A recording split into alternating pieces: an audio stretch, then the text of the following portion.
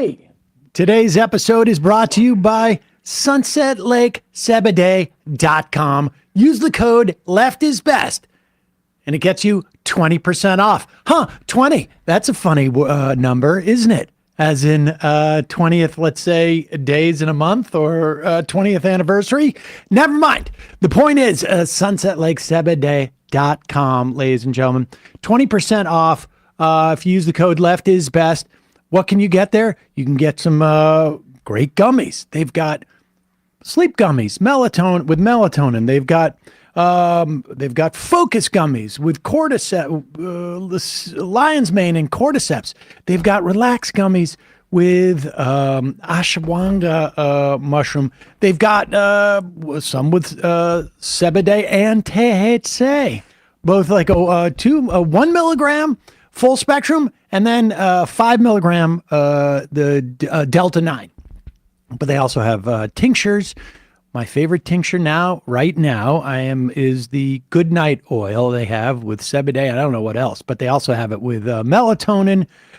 They also have just with CBD in different concentrations, and they have smokables, they have keef, they have pre-rolls, they have fudge, they have coffee, all sorts of great CBD products, and all third-party tested.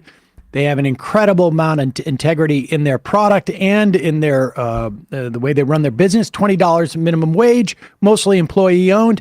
They are huge movement partners. They've given thousands upon thousands of dollars to things like strike funds and refugee resettlement and carceral reform, food pantries, mutual aid during the floods up in Vermont, where they're from, Planned Parenthood.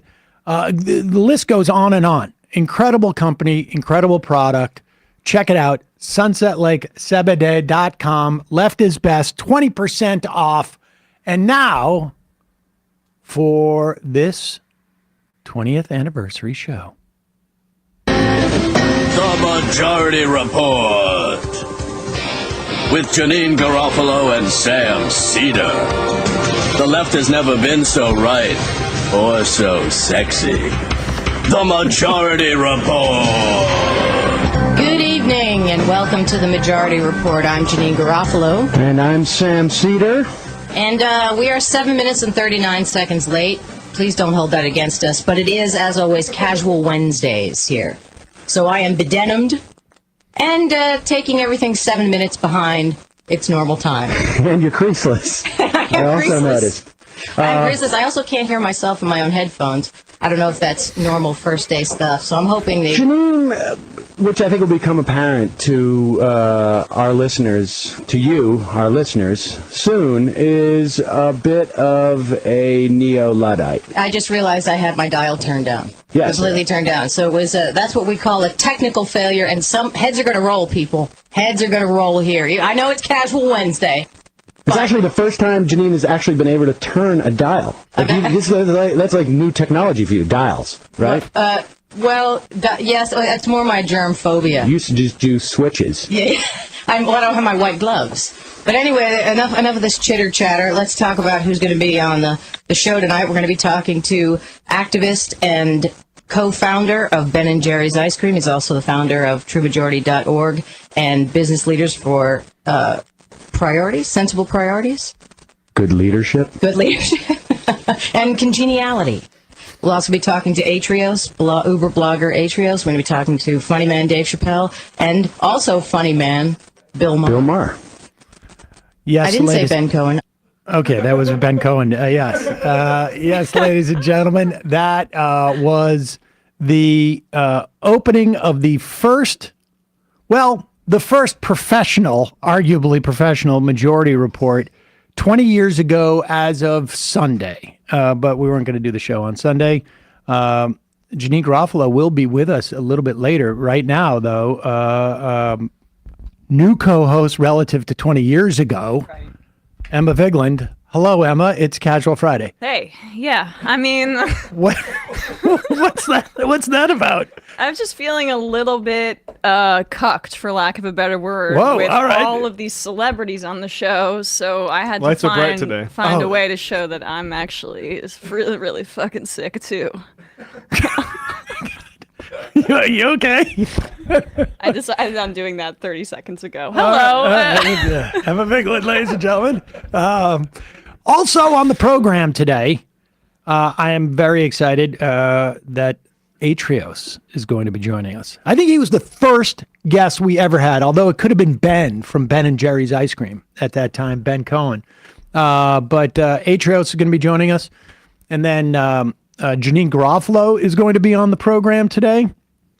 Mark Maron, who was not on the Majority Report, he had another program called Morning Sedition, which was on Air America. That actually started on April 1st.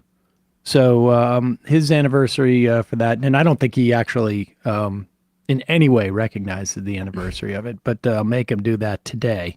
Also, we're going to hear from a couple other folks who make this show possible. I think we're going to talk to Kyle today and maybe John Benjamin. I'm not sure. I still owe him money for that first intro that he did 20 years ago. In fact, the very first Majority Report was on WFMU, and it happened in February of 2003. But that was just a one-off. And John Benjamin came out to New Jersey with me to this community station, and Tom Sharpling gave me 2 hours on the best of the best show on FMU. That was the Where name in of the show. Jersey was it? It was just, I think, in Jersey City. And I've actually been to that studio. I think it's the same studio. I think that's what the guy said, actually, who was there. Oh, really? Yeah. And Benjamin came in and did the intros live. And Janine was a guest on that one, but it was just a one-off. And What we made you would've- decide you wanted to do it with Janine? No, I didn't. Janine, and well, I didn't get a chance to actually go over this with Janine, but I got the call from Janine. Oh, So I had done the Majority Report on FMU, and she called me and said that this network, Air America, was forming, and she said she would do it if I would do it with her. And I was like, yes, I'll definitely do it. I mean, we had talked for a while about, maybe doing some type of radio show. And then we decided to call it the Majority Report because neither one of us was comfortable, calling it, I don't know, Janine and Sam or something. And so that's how it happened. And we'll talk a little bit more. I will get into like the history of Air America a little bit with Mark Maron. But let's get into some of the news. Oh, but we should also say, you folks may notice something a little bit different today if you're watching the show. Oh, I'm sorry. What's that? Oh, that's a new mug. It is all black, and it has the original Majority Report radio logo on there. It's a little Wow. bit tricky to see. no, it looks good. No, it's cool. The camera focused on it. Okay, and then of course on the back it says 20th, 20 years of pausing it. Right. And I realized when I listened to that opening thing from the Majority Report with Janine and I, it should have been 20 years of us or Right. but it didn't put that in there. And this is the special commemorative Majority Report shirt. 20 years of pausing it right there. This is all available right now on shop.majorityreportradio.com. I love those shirts. Limited editions, folks. I like how the 20 is also as if it was some sort of like golf tournament or something. as Exactly. well, right? No, I found it online. I shouldn't say that because we just, I think, stole it from someone. But and I said this to Julie, and she's like, "That looks so like cheesy," and I'm like, "Yeah, I know." It does. Hello, and it's right on this special version of the Majority Report hat. It's got the left is best, but then on this side, it's got the 20. Like it's almost like professional baseball. I mean, Yep. And over the next week or two, we will roll out a special commemorative book. John Miller says, did Sam talk faster back then? I did. On radio, I talked faster. There's no doubt about it. But it was, you had to get stuff in within 15 minutes. That's Right. So let's get to this, shall we? And yeah, we'll talk about Joe Lieberman dying a little bit later. He's dead. He's dead. But that I've had, well, we'll talk about that later. There's more information that's come out about the bridge, obviously, and the 6 men who died. Initially, and it's still not 100% clear to me, but it really appears from the reporting that we're seeing that there were 8 men working on the bridge who were filling potholes 1:30 in the morning. 2 of them somehow got off the bridge in time. 6 of them died. I have read some reporting on a couple of them, but they were, as far as I can tell, undocumented immigrants who have been in this country for an extended period of time. At least 2 of them had family here, children, wives, and worked incredibly hard, multiple jobs over the course of a day. It seemed like they worked 18 hours a day, some of these 19, 20 hours a day, some of these guys. And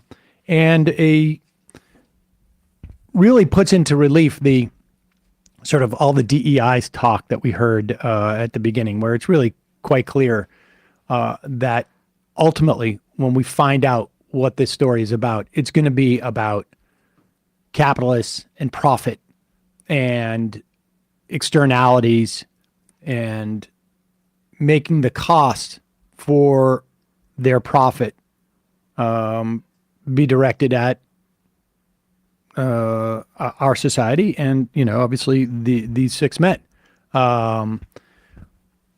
Meanwhile, what is the right wing's response after they have been done blaming brown people and presumably gay people and women for this collapse of the bridge? It is to say that we shouldn't do anything for it. And this is a classic thing.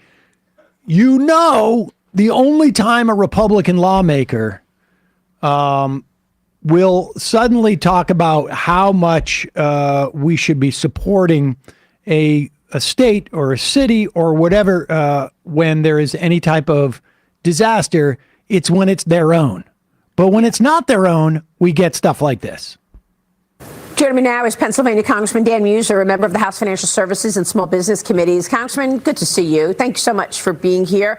So what's your take on this? Is Congress going to need to pony up more money, or is there enough money in the infrastructure package? Yeah, great to be with you, Maria. Yeah, it was kind of outrageous immediately for Biden to express in this tragedy the idea that he's going to use federal funds to pay for in entirety. I mean, he doesn't refer to it as the American taxpayer dollars on anything. The first reaction, in fact, the only reaction, just tends to be to spend. Look, this was a tragedy. We all saw it. People lost their. If anybody else can come up with the explanation of how you build a bridge, a new bridge, how you clean up a harbor without spending money on it, I'm open to it. Now, if he's suggesting that we get rid of currency and that we move to some form of system where nobody gets paid for any of this, well, that's a different conversation. Because if he wants to decommodify these type of things, it would be an interesting proposal coming from really any politician, never mind a Republican one. But this is just absurd. And he's going to go on to say, we should wait for the insurance money. And anybody who we're paying millions of dollars a day as a society for the closure of this port. It's costing anywhere from, I've seen, $8 to $20 million a day. And the stupidest thing in the world would be to wait for the insurance money which is not to say that you shouldn't pursue the insurance money, but from a fiscal responsibility standpoint, from any perspective whatsoever, the idea that not spending money right now would be a good idea is absurd. And the Biden administration has proposed $60 million in aid. That is not even a drop in the bucket for the federal government. I mean, that is like, it's not even an atom. It's an electron. It's nothing. It's nothing. Ultimately, this is going to cost a couple of $1 billion, I would imagine.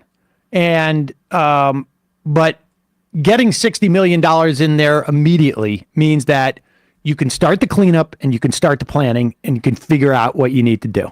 And you don't waste any time doing it, because $60 million has already almost been lost in terms of the logistics involved in this, in the port. Continue. Look, this was a tragedy. We all saw it. People lost their lives, and it is a very important port. As you just mentioned a little while ago, a lot of Pennsylvania's coal is shipped out of there, 25%, automobiles, natural gas. So it needs to be corrected.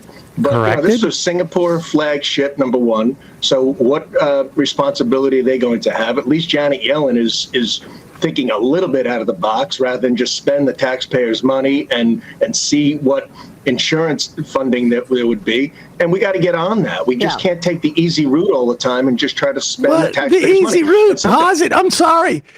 Has this guy ever dealt with insurance ever?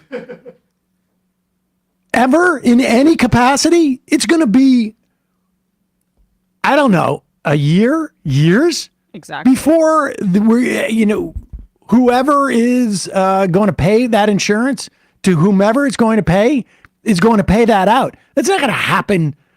We can't sit around for 6, 12, 18, 24, 36 months and wait for the insurance to pay off. This guy's insane. Okay, but the fact that it's actually losing tens of millions of dollars a day in disruption to the economy and to our supply chains, supply lines, that is a good thing for Republicans. They want there to be disruptions for Biden. They want the economy to not be doing well under Biden. And I don't know how broad the effects will be, but any kind of dysfunction is exactly what they try to engender when there's a Democrat in office. And they represent people who will use this as an excuse to inflate prices. Right. Exactly. Go ahead. Continue. Get on that. We just can't take the easy route all the time and just try to spend the taxpayers' money. And something else I'll add, on that T&I bill last year, there was... Okay. All right. We don't need to hear anymore. I mean, just stunning how... and of course, again, we see this all the time. I'm surprised we don't see what's-his-face on there.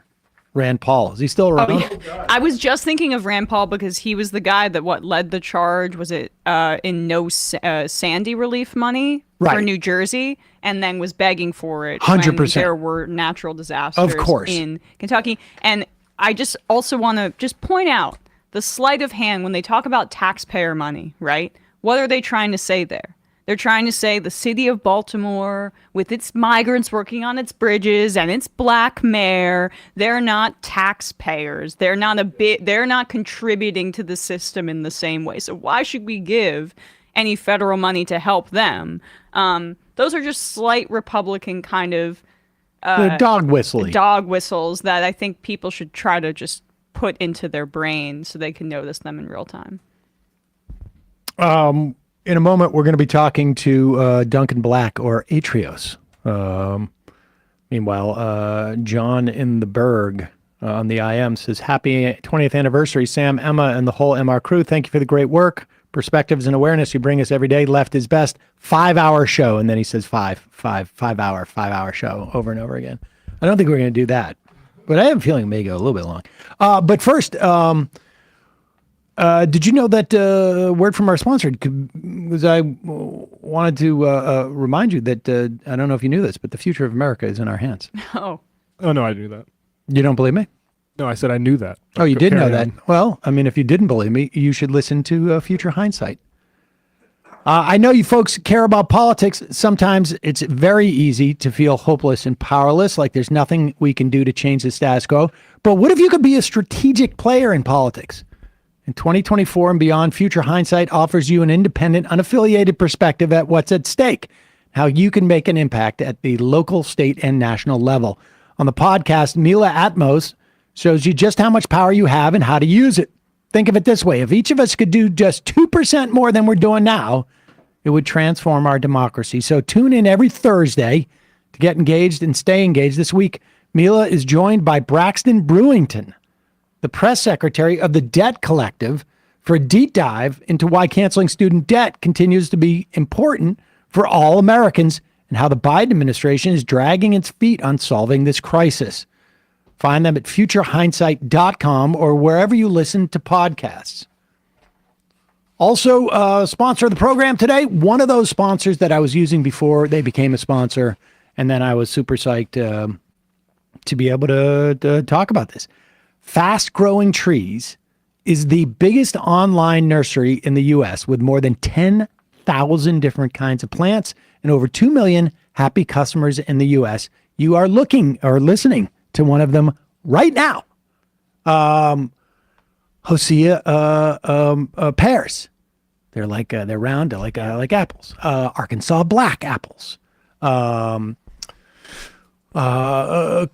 think I got a crimson crisp. Was that what it is? Apple from them. I've gotten a tiny Korean juniper plants, Korean nut plants. I've gotten grass, like the tall grass. This is Fast Growing Trees is fantastic. You don't need to have a lot of yard or space. You can grow a lemon tree, an avocado tree, an olive tree, or fig tree inside your home. There are actually some fig trees you can sort of grow outside in Zone 5, but it's tricky. On top of a wide variety of houseplants that are available, the experts at Fast Growing Trees curate thousands of plants so you can find the perfect fit for your climate, location, and needs. Like maybe, you got cats, so you don't want to have whatever, this plant or that plant. They'll tell you. You don't have to drive around to nurseries. You don't have to go to big gardening centers. Fast Growing Trees makes it easy to order online, and your plants are shipped to your door in 1 to 2 days. Doesn't matter whether you're looking to add some privacy or shade or natural beauty to your yard. Fast Growing Trees has in-house experts ready to make you help you with the right selection. They have growing and care advice 24/7. You can talk to a plant expert about your soil type, your landscape design, how to take care of your plants, everything else you need. No green thumb required. And the thing with the Fast Growing Trees is their trees don't grow, I don't think, faster than other trees, but they send bigger ones. So for you, your experience of them is you plant it, and I've had fruit the next year. You get the fruits of your purchase a little earlier on. The fruits of your labor and your purchase. And your labor, yes. You got to put a hole in the ground. Okay. This spring, they have the best deals online, up to half on select plants and other deals. And listeners of our show get an additional 15% off their first purchase when you use the code MAJORITY at checkout. That's an additional 15% off at fastgrowingtrees.com using the code MAJORITY at checkout. Fastgrowingtrees.com. Code MAJORITY. Offers valid for a limited time. Terms and conditions may apply. We'll put a link to that in the podcast and YouTube description. Also, just a reminder, it's your support that has keeping the show alive now for 20 years. You can become a member at jointhemajorityreport.com. Quick break. We'll be right back with Atrios or Duncan Black.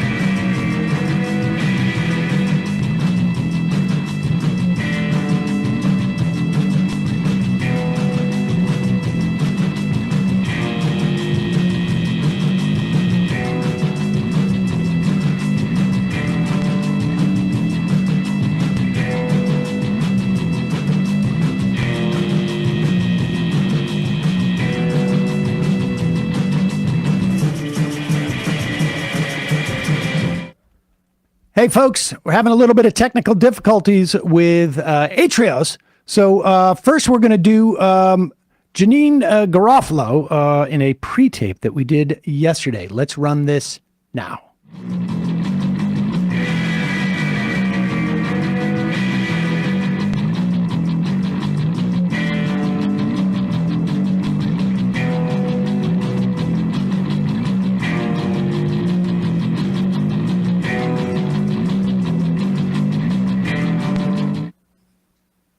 All right, let's go to the phones. 646 area code. Who's this? Where are you calling from?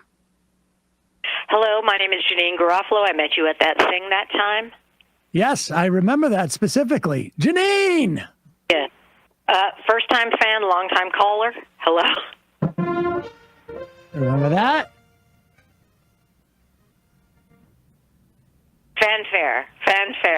Samuel, I heard that you wanted to speak to me, and I'm thrilled to do so. I also was told, and I don't know what this means, but that you should heavily edit the conversation you had prior to mine, because we don't do that around here. We don't have that. Okay. We don't have that technical ability. Janine, I am so glad that you called, and I will tell you why. I am so glad to speak to you. I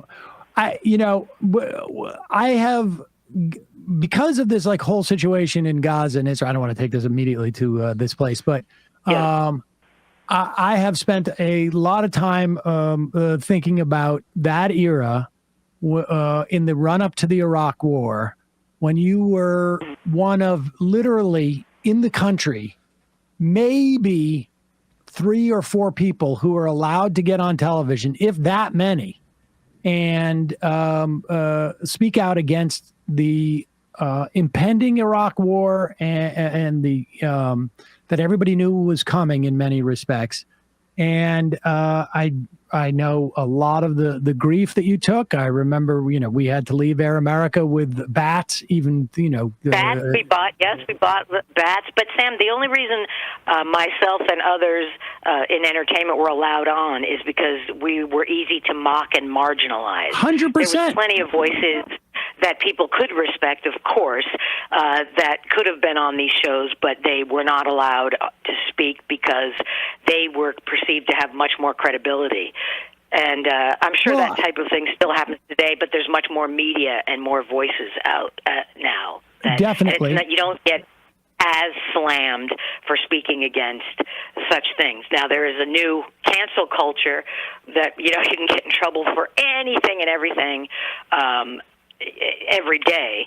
But that time, and I think a lot of people forget how dangerous in a way it was for everybody who worked at Air America, the amount of death threats everyone got every single day, and then just the mocking and derision and all that kind of stuff. And going on those shows was painful, and I want to make it clear I didn't do it because I thought, hey, get a load of me, people should listen to me. Not at all. It's just that they were not letting people on. You were recorded by Win Without War because they knew that they would have you on, and because they knew that, I remember, how many times you were debating, people from like the Hoover Institute or wherever it was. And the first thing I remember, and Grover Norquist and Bill O'Reilly, and the Fox people would just say, why are you here? You're an actress. And of course, the reason why you were there is because... And I would have to say, well, why did you ask me? Why did you invite me? But also, you're not just an actor, you're a citizen, right? But the thing is, and they always, just shut up and act or whatever. So do you say that to other people? Just shut up and do electrical wiring. Just shut up and be a plumber, just Joseph the plumber. But why are you here? That would happen all the time. Well, why did you book me? You reached out and actually asked me to come here. And it's a classic trick like is going on now, that Piers Morgan nonsense.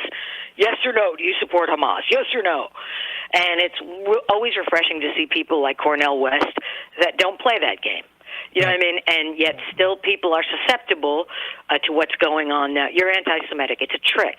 It's a trick. And it's back in Air America, you're anti-American. You know what I mean? Like you're pro-terrorist, all this kind of stuff. No, and it's just that you don't support the troops. It's just all these tricks that put people on the back foot if they're not like Cornel West and ready for it, and they just won't brook that kind of nonsense. But until the human condition changes, this stuff will never change. What has changed, though, and I'm happy to see, traditionally in this country, you've never been allowed to have any sympathy with the Palestinian people, and it's not mutually exclusive. You can be all for anyone who is suffering in Israel. You know what I mean? Israelis, Palestinians, human beings that are suffering, that you can care about the quality of their life, and it doesn't make you anti-Semitic. Now, there is obviously a clear plan by Bibi Netanyahu and the IDF, and this has been going on for years. And then crazy Michael Rappaport going there. I don't see apartheid. He keeps saying that. There's not apartheid. You know what I mean? There is a system that's been in play. Unfortunately, the problem anywhere you go in the world, in any era, will always be right-wingers. That will always be the scourge on the human condition, is people that, nationalism, racism, any kind of right-wing mentality. Yeah. In any human, in any era, in any country, in any system, will always be the problem that needs to be worked out, that needs to be addressed, spoken about. And unfortunately, it's just, whether it be Putin or Netanyahu or Trump or any of the Republicans here or any of the right wing in England and France and the Middle East, anywhere that it is, they will all be of the same mind, even though they don't know it. They're all on the same path, and it's a neurological problem. It is just a problem, and if you've seen that show, The Regime, on HBO, starring Kate Winslet, it is a very apt metaphor or analogy for what's going on in the political system now. And I'm not pleased that we're being handed Biden or Trump. It's absurd. Right. It's absurd. The Electoral College needs to be addressed. Joe Biden doesn't even want to run again. And I keep hoping that at some 11th hour, the real candidate's going to step forth. And I've heard Dr. Cornel West is going to think about running as a third party, which, who knows? Well, that would be great because he's going to actually make people discuss stuff theoretically. But the Trump people, the main component that will always move them forward is the core of their racism. They don't care about any other issue, whatever deep-seated problem they're struggling with, and their need to be anti whatever is. That's just it's a blood sport, and that's we've had these same conversations since we knew each other, even before we worked at Air America. You and I always would have political discussions, but we could be basically saying the same things. And had we been around and doing a show during the Reagan era or the Nixon era or the Eisenhower administration, we could have been saying the same things. And you know what I mean? It's just there is. But the problem is how normalized the absolute craziness gets. You think there's a bottom of the barrel, pick up the barrel, there's a new bottom. And, you think Dan Quayle, whoa, that's horrible. Wow, George Bush Jr., that's horrible.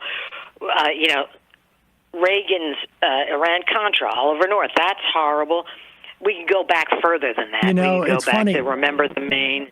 I read Go ahead. Chris Hayes had a tweet the other day that was something that he said, as I get older, I realize that you think you've witnessed the worst of the politicians, and then somebody else comes along and is actually worse.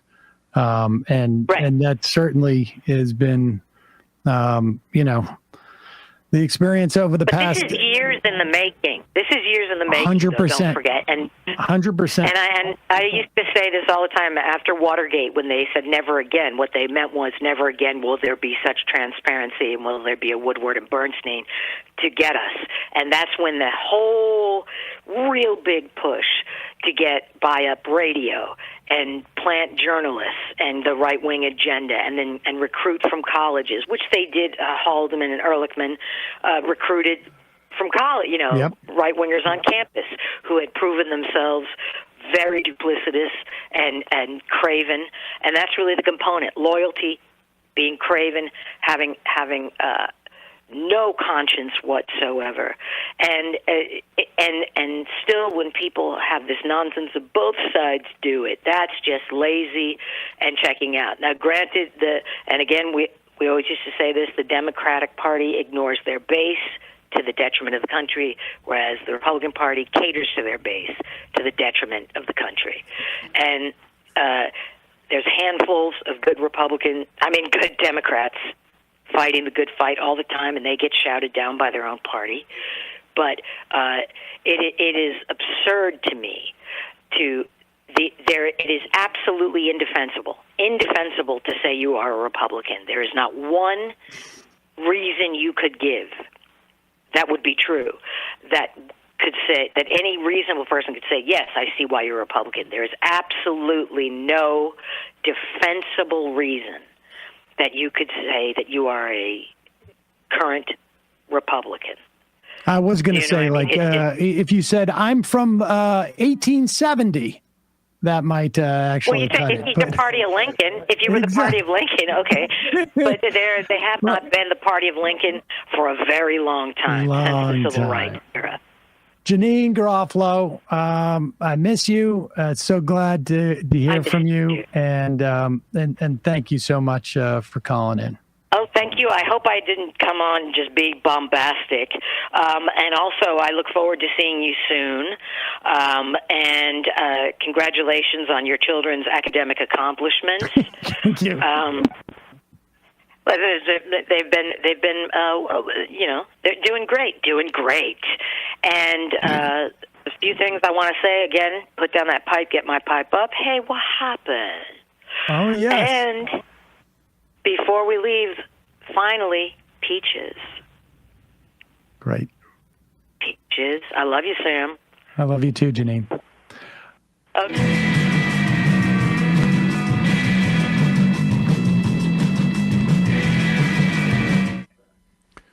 We are back. Sam Seder, Emma Vigeland on the Majority Report. It is a real pleasure to welcome back to the program from many years ago, the proprietor of the blog Eschaton. You know him as Atrios, or perhaps Duncan Black.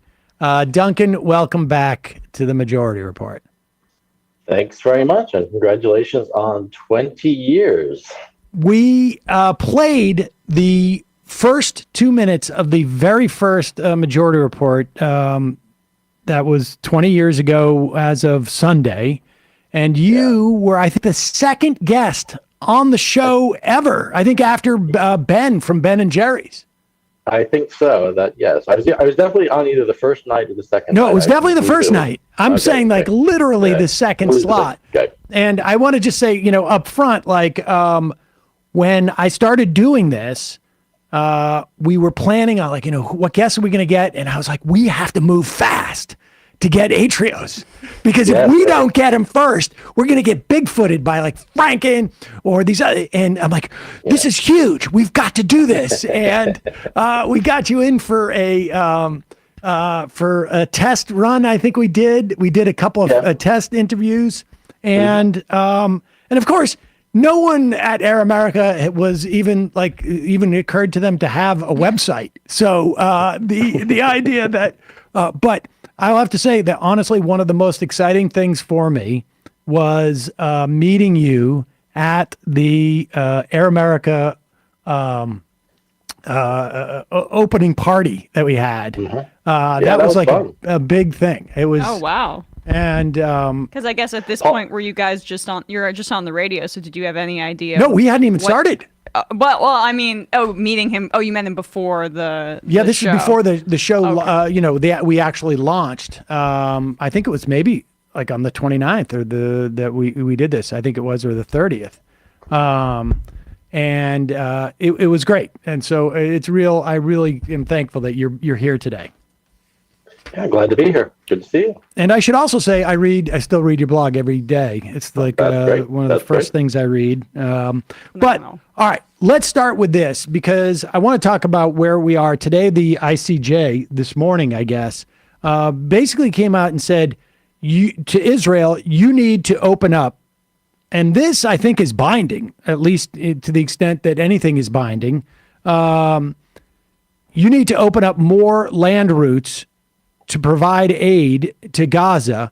This is coming 4 days after the U.S. certified that Israel is not, I guess, inhibiting aid into Gaza. Just let me know your thoughts on this, and then I want to talk about where we are relative to where we were when you and I started this kind of stuff back in right in the run up in some instances to the Iraq War. Right. So with the ICJ, I mean, everything they do to me is a positive step, but I don't actually understand, or maybe just because I'm stupid, but I don't really understand what they can do to enforce it. I mean, it seems like they can cajole, they can encourage, they can threaten, but ultimately, if the powers that be, which means the United States, isn't listening to them, I'm not actually sure how they follow through on these, what we would like to think would be demands, but are actually, are they more, do they have more force than sternly worded letters? I don't know. Well, they don't have enforcement, I would say, in part because the United States is undercutting their enforcement and the United Nations Security Council enforcement mechanism as well, by basically saying a ceasefire is non-binding at every turn. So while I agree they don't have the ability to enforce, the United States could change that, and Biden could, if he wants to return to a liberal rules-based international order, as he says, he could choose to recognize the validity of international law, but actively they are not doing so. Right. I mean, but in the sense where, acknowledging that ultimately everything the UN does is about convincing the US to get behind whatever the UN does, right. which is a bit depressing. But yes, that seems to be where we are. Well, what's your sense of in terms of Europe? Because I think the one other implication of the ICJ making a ruling like this or creating a demand is that it gives political space for European countries, the rest of the world, really, for that matter, to perhaps have their own arms embargo, to maybe talk about, trade sanctions, it gives political space for them to act in some manner that would apply more pressure to Israel and create a greater sense of isolation, because there's really two ways of going about it. It's either the U.S. Decides to cut off arms or condition things, or there's enough happening in the world that it impacts Israeli public perception of where they're at and what's going on with this war. Right. I mean, we do see some European countries, I guess, notably Spain, taking, I guess, a harder stance, against Israel, and either continuing to fund the UN relief, or at least making noises about not being as friendly to Israel as they once were. But I mean, certainly the UK, for example, is not budging, and are not going to budge unless the US does. The David Cameron in the UK, who's the ex-prime minister, but he's back in government now. I mean, he occasionally says the right thing, but he's not shifting policy at all. So I don't see, for example, the UK changing it at all. I mean, cynically, I do think it really comes down to, not country level pressure on the country itself, or rather country level pressure on individuals in the Israeli government, that, they have to know that they're going to be international pariahs individually, because, I can't see the country Israel being made into pariahs successfully, but perhaps only individuals. but we'll see. I mean, that's, I guess, consistent with like Chuck Schumer coming out, and that's as far as he's going to go and say Netanyahu, bad guy, but don't deal with him until after the war. And if he wants to come and address the joint Congress, okay. Right, but it can't be just even. It can't be hitting him with a soft joint, and also just can't be in Netanyahu. I mean, it has to be. Until there's pressure on sort of everybody at high levels of government in Israel, it's not real pressure. And again, it's depressing to watch that. I don't think that can come from Spain or France or and it's not going to come from the UK. Sadly, it does seem to have to come from the US, which runs the rules-based international order. Well, give me your sense of like of how this is being reported. What's happening in terms of like the politics relative to maybe the run up to Iraq, because it's not, these are apples and oranges type of situation. But, with Iraq, we were the ones who, as a first order, were killing and responsible for the killing of hundreds of thousands, depending on whose numbers you want to go. It could go up to 1 million people. But there seems to be more. Maybe it's because younger people are just much more engaged in a way. I don't know. What's your sense of that? I mean, I guess I have a somewhat negative view in that, whatever we think about the Bush administration, and trust me, I think very bad things about the Bush administration. In the run up to the Iraq war, they had this strange notion that they actually had to go to the people and go to the UN and go through a farce, perhaps, but at least go through the motions of seeming to make a case for the invasion, seeming to make a case for what was about to happen, seeming to make a case, which they then abandoned, of getting UN blessing for what they did. And now it seems like, foreign policy has just become, what we say it is, what the government says it is, what Biden says it is, what the State Department says it is. And even though they came in supporting the supposed rules-based international order, this was the Biden foreign policy to return us to that. They are utterly and completely rejecting the UN. They've been mocking the UN. They have been, they accused one UN member of being an anti-Semite. I mean, there's this. In a way, it's worse than the Iraq War. And I'm not saying it's worse in every way, but I'm just saying, back then there was this idea that like, oh, I think we have to listen to the UN, and now there's not even that pretense anymore. What is change? How did that happen? I mean, because as you say it, it occurs to me. I mean, you're right. I mean, they lied, but they felt like they had to go and lie. Exactly. We have to be deceitful because otherwise we won't get permission on some level to do this. Was it because we were actively involved as a nation, or was it or what? I mean, I'm not sure entirely. I mean, to a great degree, I think we have to understand that the UN has force only and influence only to the extent that we accept that it does. And I think, back then, there still was this notion that, that was important, if not among people in the Bush administration themselves, among, the people, the important people in the foreign policy community, among the people who wrote op-eds for newspapers. There was this idea that, that this mattered, even though, again, it is important to remember they did abandon the UN at some point, but they did pretend for a while that was important. I think for some people in the U.S. foreign policy community, the lesson of the Iraq War was don't do any of that. Well, it didn't help them. So let's just not do that anymore. Let's just do what we want. Netanyahu has certainly taken many lessons from the Iraq War and from the Bush administration. The human shields terminology, the not providing of any proof of claims, essentially flooding the zone with a lot of propaganda and then justifying it later. Although Israel's been engaged in that for many years as well. I see Netanyahu as a creature of the neocons in the United States too. I mean, the guy's from Philly. He's not.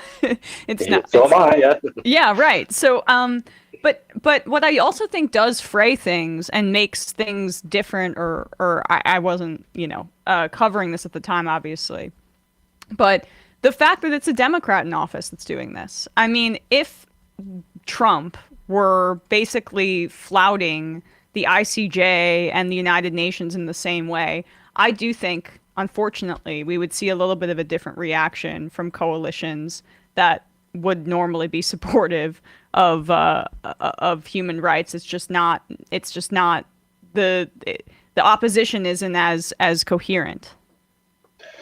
No, I agree. I mean, it is a bit disheartening, as it was over different issues during the Obama administration too. There's a kind of like, well, Obama was a good guy, so whatever he's doing must be good, and some of that has transferred over to Biden. Well, Biden's a good guy, so what he's doing has been good.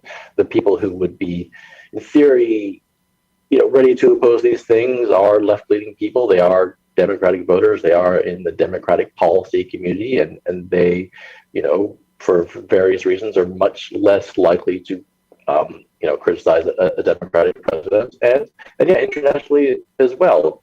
Trump, countries would see Trump as a madman and wouldn't sort of trust him to take the lead, while they trust Biden or they feel like they have to trust Biden, and thus they aren't going to cross him. Let's talk a little bit about, as we look back on this week, there was a sort of interesting story with Ronna McDaniel.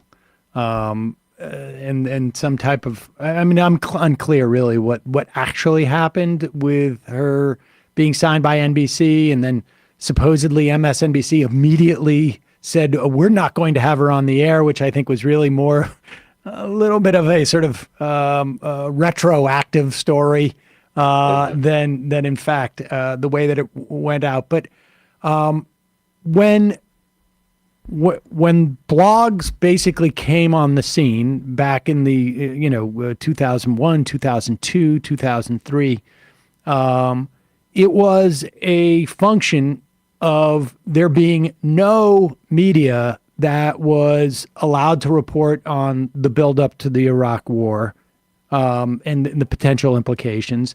There was a real sort of like cowed sense in the national media in the wake of 9/11. The Democrats were completely, I think, we felt at the time they were just being incredibly weak and had been cowed themselves. Talk a little bit about what you think has changed in the media since that time. I mean, obviously, a lot has. We have, right. We did. I don't think there was even YouTube really in the in 2002 or 3. Not nearly in the same way. Never mind, at that time, 2002, 3, MSNBC was a right-wing channel. I mean, Scarborough Keys is making sense. Yes. Yes, exactly. And Tucker and Pat Buchanan and Scarborough Country at 10 p.m. or 8 p.m. But what's your sense of how the media has changed? I don't know, in terms of on any level. I think it's changed on so many levels, as you said, and it's no longer centered just on the top 2 newspapers and the television networks and the cable news networks. I think there is diversity of views that anyone can find now, either through shows like yours, or through the internet, through social media, through Twitter or Blue Sky, or any of these other places where people find information. Various I guess not so much blogs anymore, but successors to blogs, online publications. So in a way, it's good that there is still that diversity of views, I think, which as you said, did not exist in 2002, and that's why there was space for people like me at that time. And I do think despite everything, despite the hiring practices of NBC, despite the editorial decisions of the New York Times and the Washington Post, there are still outlets for other voices no matter what they do. And that's very positive. If nothing else, if the New York Times publishes a bad op-ed, which they do, daily, you can have access to a bunch of people explaining to you why it was a bad op-ed. I mean, the criticism out there, the diversity of voices persists, and that's a great. What's your sense in the way that media narratives have formed? Because when we, back in those early days, it was Drudge. Something would start in the sewers of like the right-wing fever swamps. It would get to Drudge, and then some ABC producer would go like, "Here's the news," and take it from Drudge, and so they would sort of like launder this stuff in a process. Now it feels like there's completely different sort of universes of media that don't need to combine for them to be effective in some way. Yeah, I think the right-wing media has become, in some sense, isolated. I mean, not that it doesn't spill over into the mainstream anymore. It does somewhat, but it doesn't the way that it did back then. As you said, back then, it would be a right-wing story or a right-wing idea, a right-wing slant on things. It would be on Drudge at noon. It would be on CNN by 4. It would be in the New York Times the next day. And that doesn't seem to happen quite as much anymore. Obviously, right-wing voices, they're still very loud, and they still, influence what gets covered, and we, for better or for worse, end up talking about them, sometimes to make fun of them, but sometimes forced to talk about them because they're putting something damaging out there, which is being embraced. But I do think they're loud, but less, in many ways, much less effective than they were because they don't have that pathway right into the heart of, CNN anymore as they once did. Is it they don't have that pathway, or they don't need it anymore? Like, I mean, it feels like it's so self-sustaining that they don't need the validation anymore because you can live in that sphere. They're sequestered on some level, but they are sequestered with food, water, shelter. Like, they're just living their lives there, and it's in a completely different universe. Right now, it's one where immigrants have overrun the country, and everyone's running for the to the ramparts, and completely divorced from the reality of what's going on the ground. Right. I mean, I guess the question is, how much does it matter? I mean, does it matter or in what way does it matter, maybe is the question. I mean, does it matter if 35% of the population has this steady diet of absolutely crazy things? I suppose that does matter, but, from a pure calculating electoral perspective, those are 35% of the population who would have, they would have voted for Trump anyway, or they would have voted for conservatives anyway. My take on these things was always that the more important thing was how much the right wing spilled over into the mainstream, how much they could influence, the coverage that other people received, people who weren't necessarily interested in right wing media or didn't think that they were consuming right-wing media. They thought they were consuming, centrist media. They thought they were consuming objective media, media that was telling them the truth, telling them the news. So my concern has always more been how, the influence of the right on those outlets. In some ways, I think the more disturbing thing now is that, the conservative, to a great degree, is coming from inside the house. Like the New York Times is, I think in some ways more flawed than ever, but it's not flawed because Matt Drudge is telling them what to do, or it's flawed because, their publisher is telling them what to do. And so, we used to have a conservative media problem, but it's a slightly different one. Well, what do you think it is? Is it just that is it Salzberger is just like his inclination is to the right, or is it that sort of like classic? I mean, back in the day, we had a project, I think in 2004, and maybe we'll talk about this with Kyle a little bit more, about Adam Nagorny, who was doing AdNags. And we have the guy who actually got that domain and set up the movable type. Is going to be joining it. Yeah, Kyle. Yeah. Kyle is still making the show work, and I think we're going to have him on the phone in a little bit. But Adam Nagorny was a political reporter for the New York Times.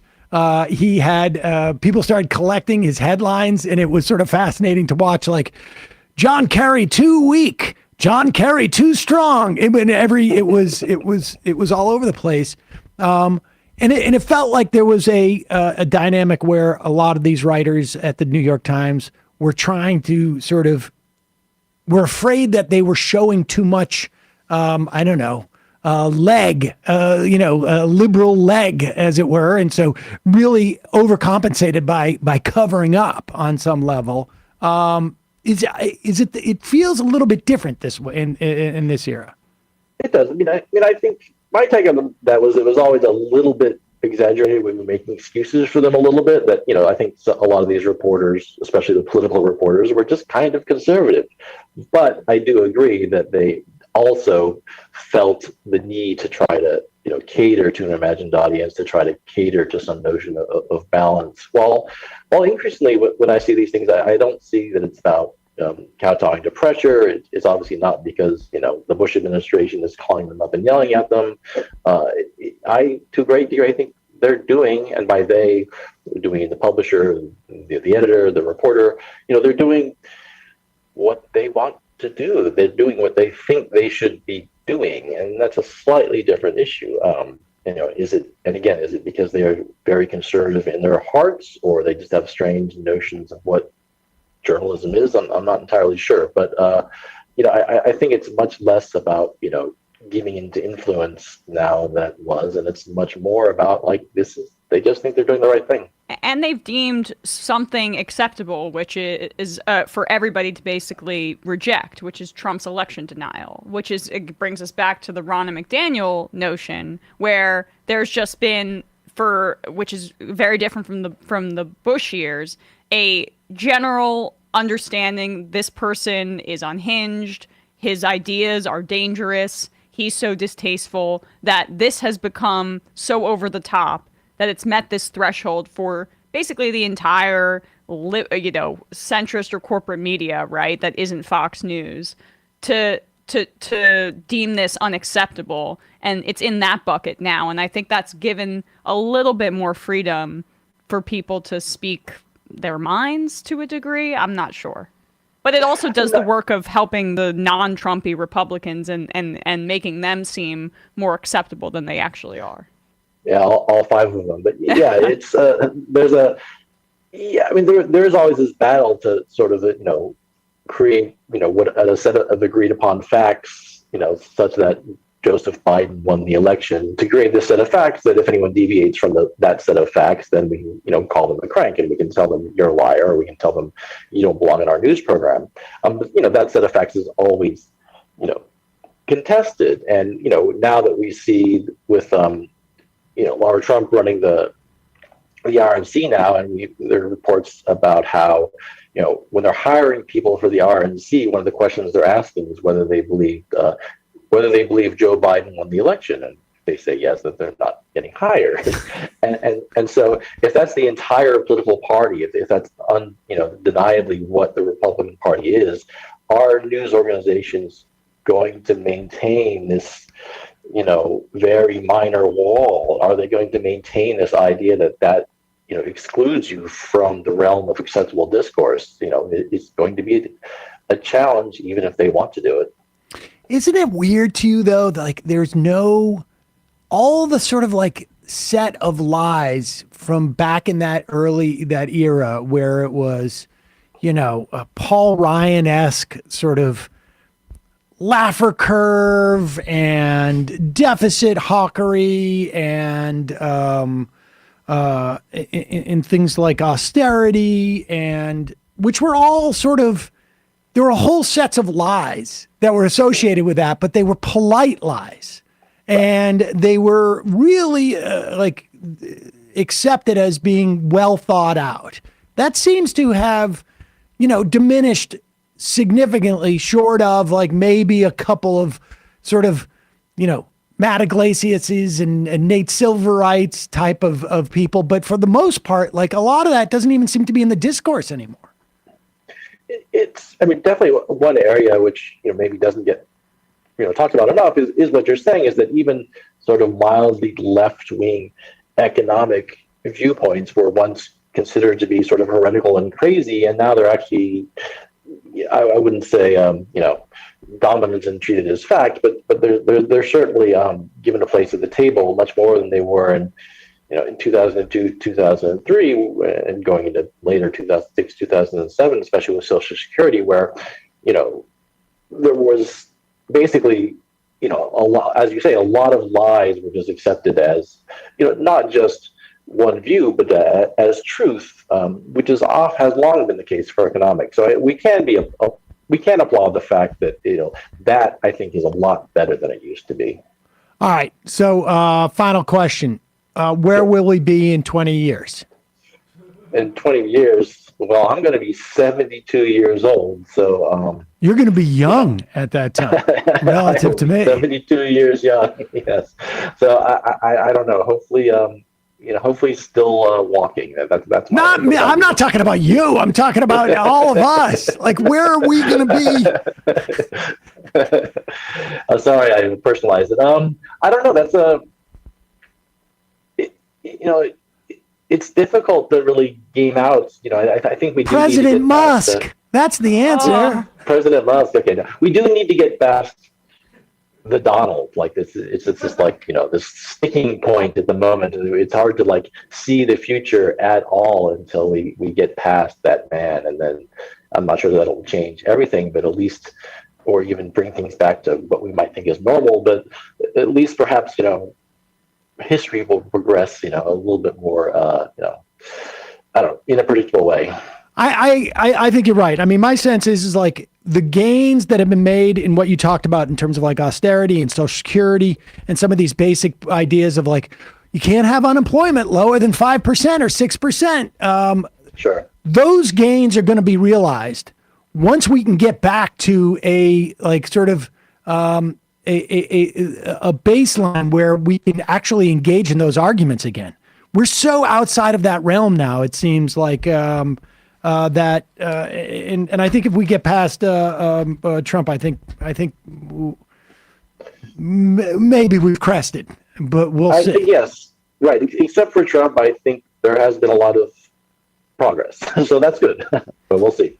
Duncan Black, real treat for all of us, but especially me. Thanks so much for coming on. Thank you. Really happy you could make it and you're willing to do it. Good to be here. I know you're on vacation. All right. Thanks so much. Oh, and incidentally, folks, we're going to put a link to Duncan's blog. Go there every day. Believe me, it's a quick read. He did Twitter before Twitter even existed, it feels like. So check it out. Oh, there you go. He just had to come back in and go. All right, thanks, Duncan. Thank you. Folks, we're going to take a quick break, and when we come back, we'll be talking to Mark Maron.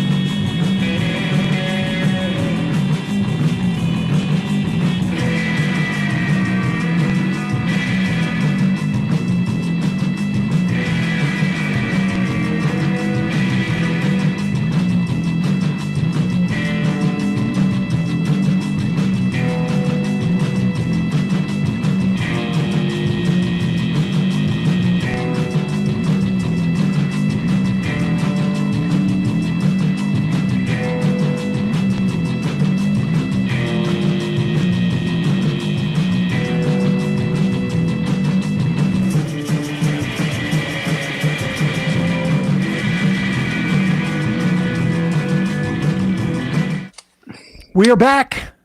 Sam Seder, Emma Vigeland on the Majority Report. Joining us now is the host of the WTF pod. That's what I've heard. And also star now of stage and screen. And of course, former co-host of Break Room Live, which I'm sure you get a lot. Mark Maron. Popular. Nice to see you, Sam. Emma, nice to see everybody. Nice to see you. Sam, it's been a long time. I don't know where all the time goes. Do you, Sam? It just passes. It just passes. Look at you, shaved. Did you have a beard before? No, a little bit. I had a beard for a while, and then I was in Atlanta. And sometimes when I'm on the road, I'll go in for a professional shave. It makes me feel like a different person. Okay, there you go. Congratulations. There's a professional shave, with the hot towels. You never know what they're going to do and how in depth it's going to be. If they're going to smack you around. It's always interesting. Is that an option? Shave.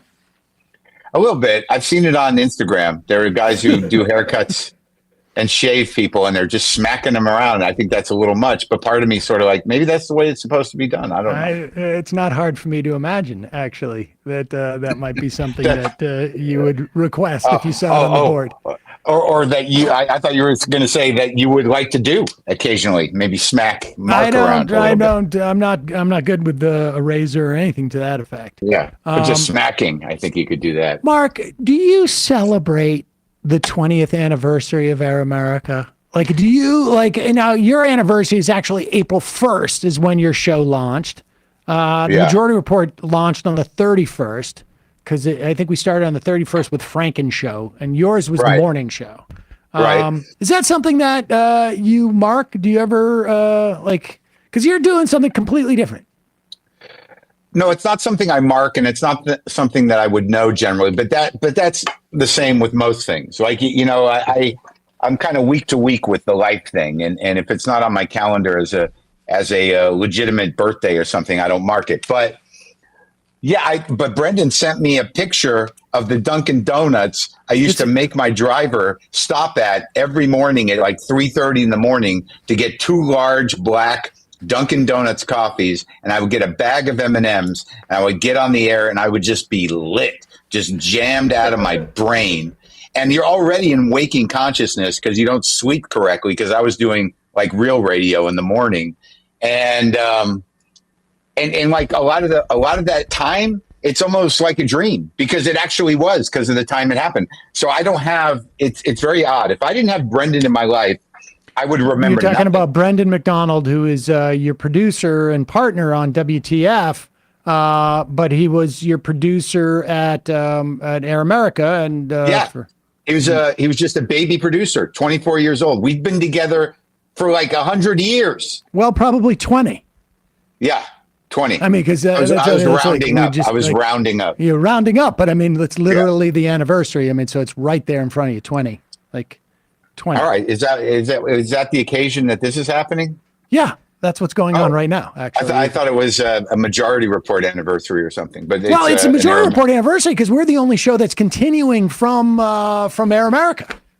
Well, I guess Randy Rhodes is, but Randy's doing, and I guess Mike Malloy, but they pre-existed, and Hartman, they all pre-existed. Yeah, I think so. He's out there at night somewhere. I think so. Talking the talk. All right. So this is what I want to do. I've sent this to you before. All right. We have this is like, do you remember when we did we did one of these type of shows where we were in 2 different places before there was Zoom, before there was even like Skype.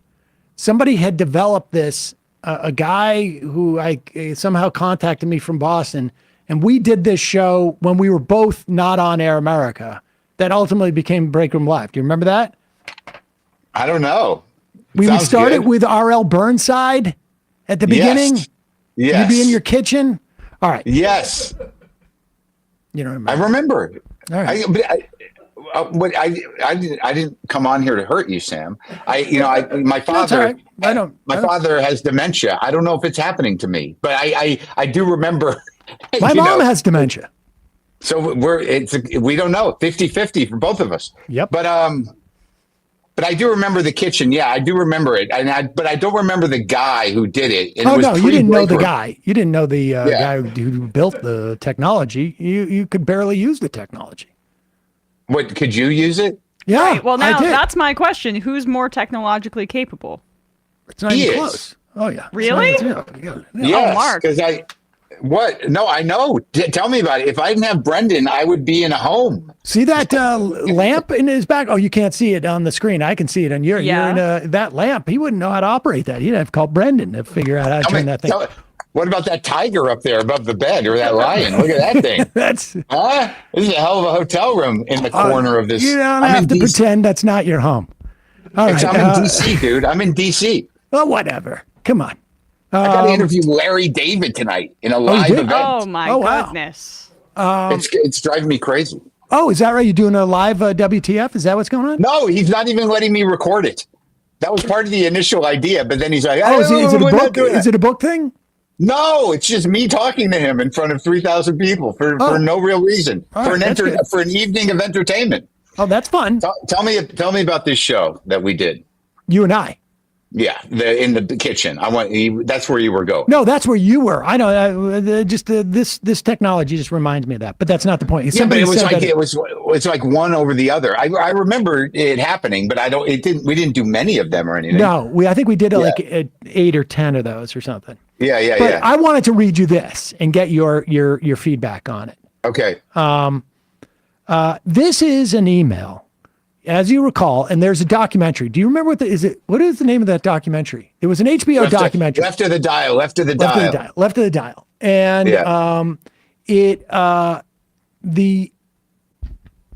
that covers like 1/5 of like basically the insanity that Air America was. But you could reprise that over and over again.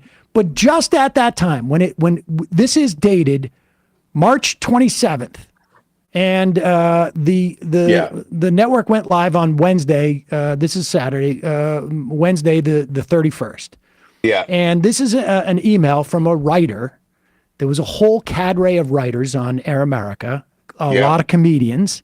Yeah. And I'm not going to use his name, but he handed out this email, and they're all AOL addresses, and it's like I'll print it out.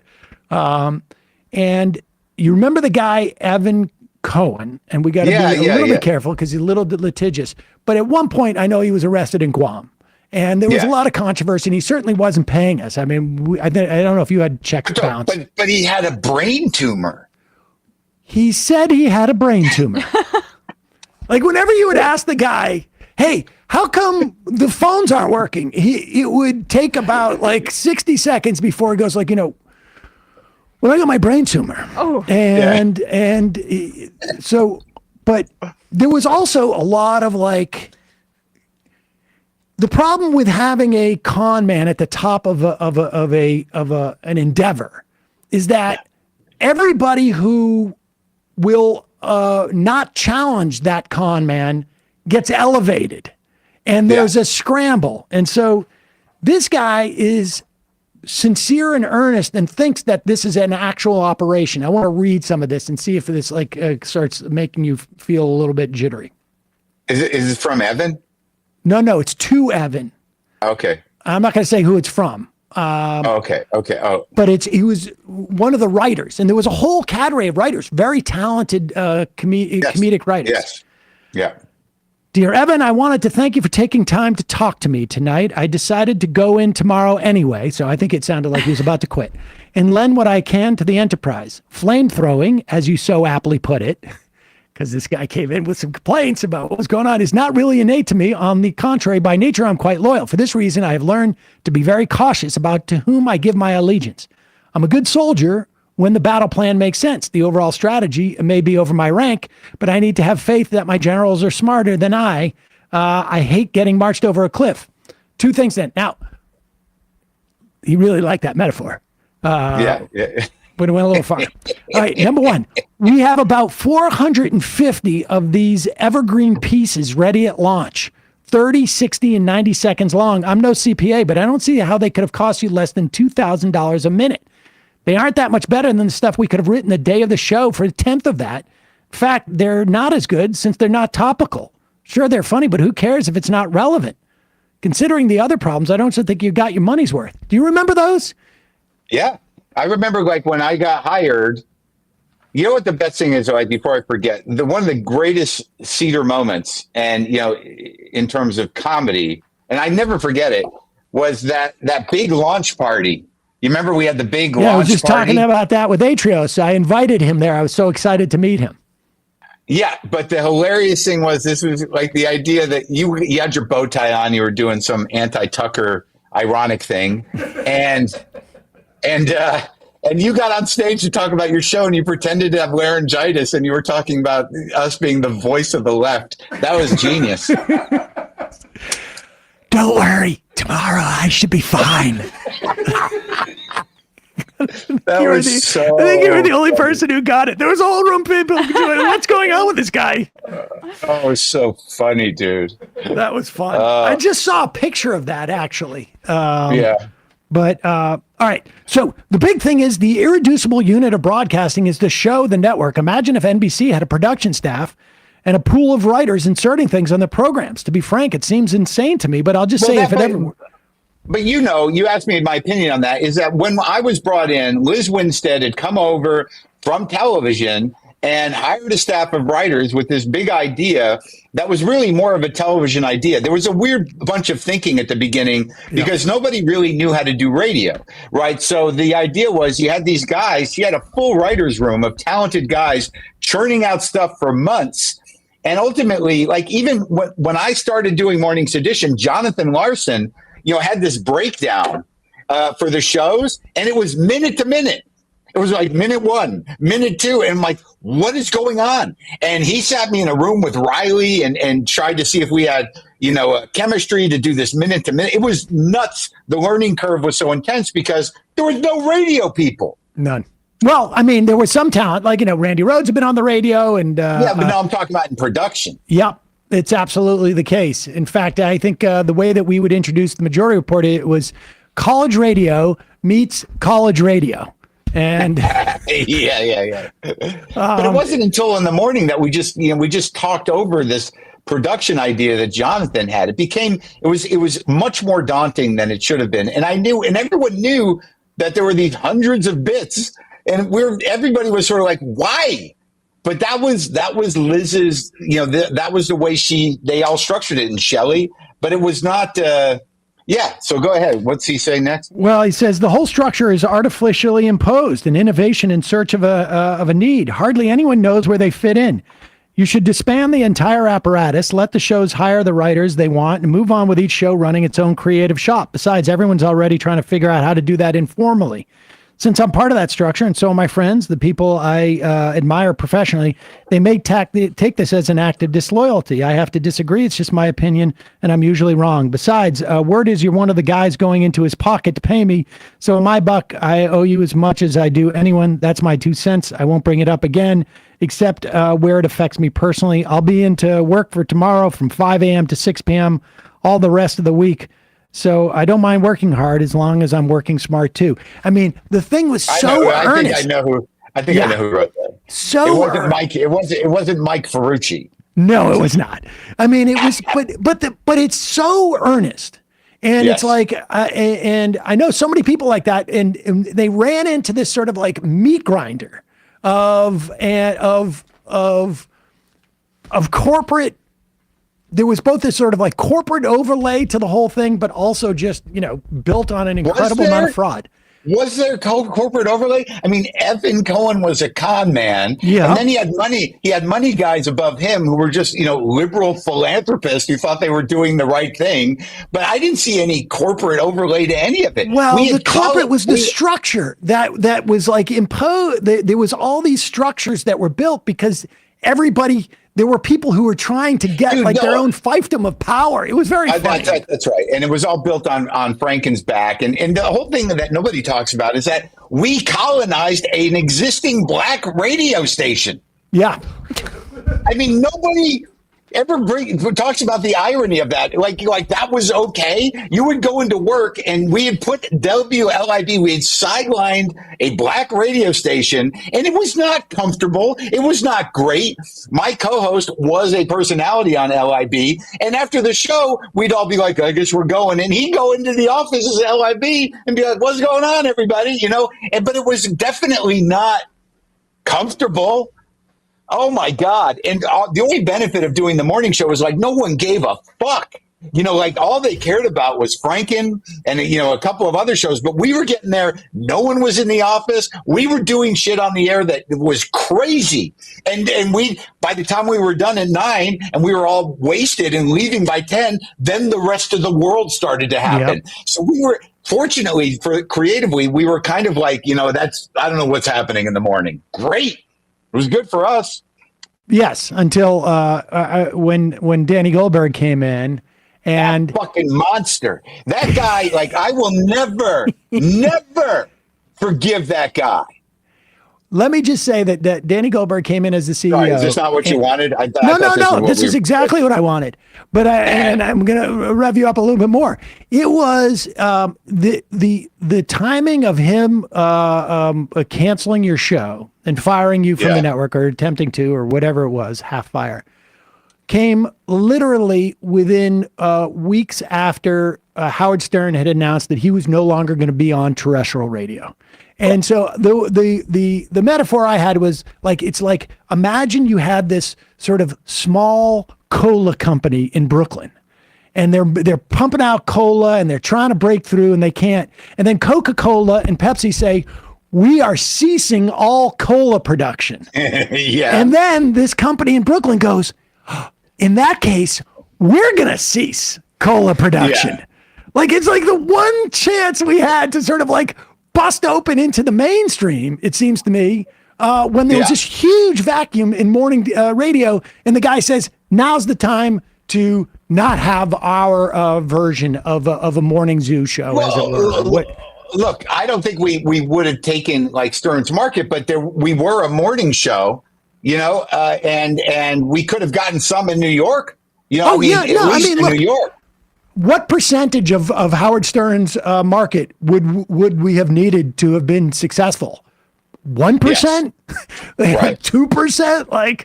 It would have been. It was such a mistake, and there was so many of these. It really was amazing time. Dude, it was crazy. The whole thing was crazy. Like I said, because I was half in a dream state, a lot of it is lost to me. But I know the thrill of it was that Brendan always talks about on the first day of Morning's Edition, Dan Pashman used to do this packet that I think went throughout the whole day. Everyone got it. Yeah. It was this huge. It had to be 40 or 50 pages breaking down the news stories of the day. And I remember the first day at work, Dan walked into my office. I was just sitting there by myself trying to get my brain around what I had to do. And he drops that on my desk and he walks out. And Brendan remembers just hearing from the other room, me going what the hell is this? What is this? Do I have to remember all of this? And that's how it started. I showed up there with a Democracy for Dummies book, so I would, be in the loop. But the thing is that because the way our show worked in terms of what you're talking about, we eventually got assigned 1 or 2 writers every week. So there would be a guy that would get up and we would be writing fairly elaborate sketches and jokes. We would be in the studio doing, radio theater shit. I mean, this was all happening between 3 and 6 in the morning. And Brendan has, we have all of that stuff, all of the bits, we have them. And it was great bits, elaborate bits, really provocative, and not unlike unlike any other morning show that was really happening. We really we worked hard, and it was pretty good.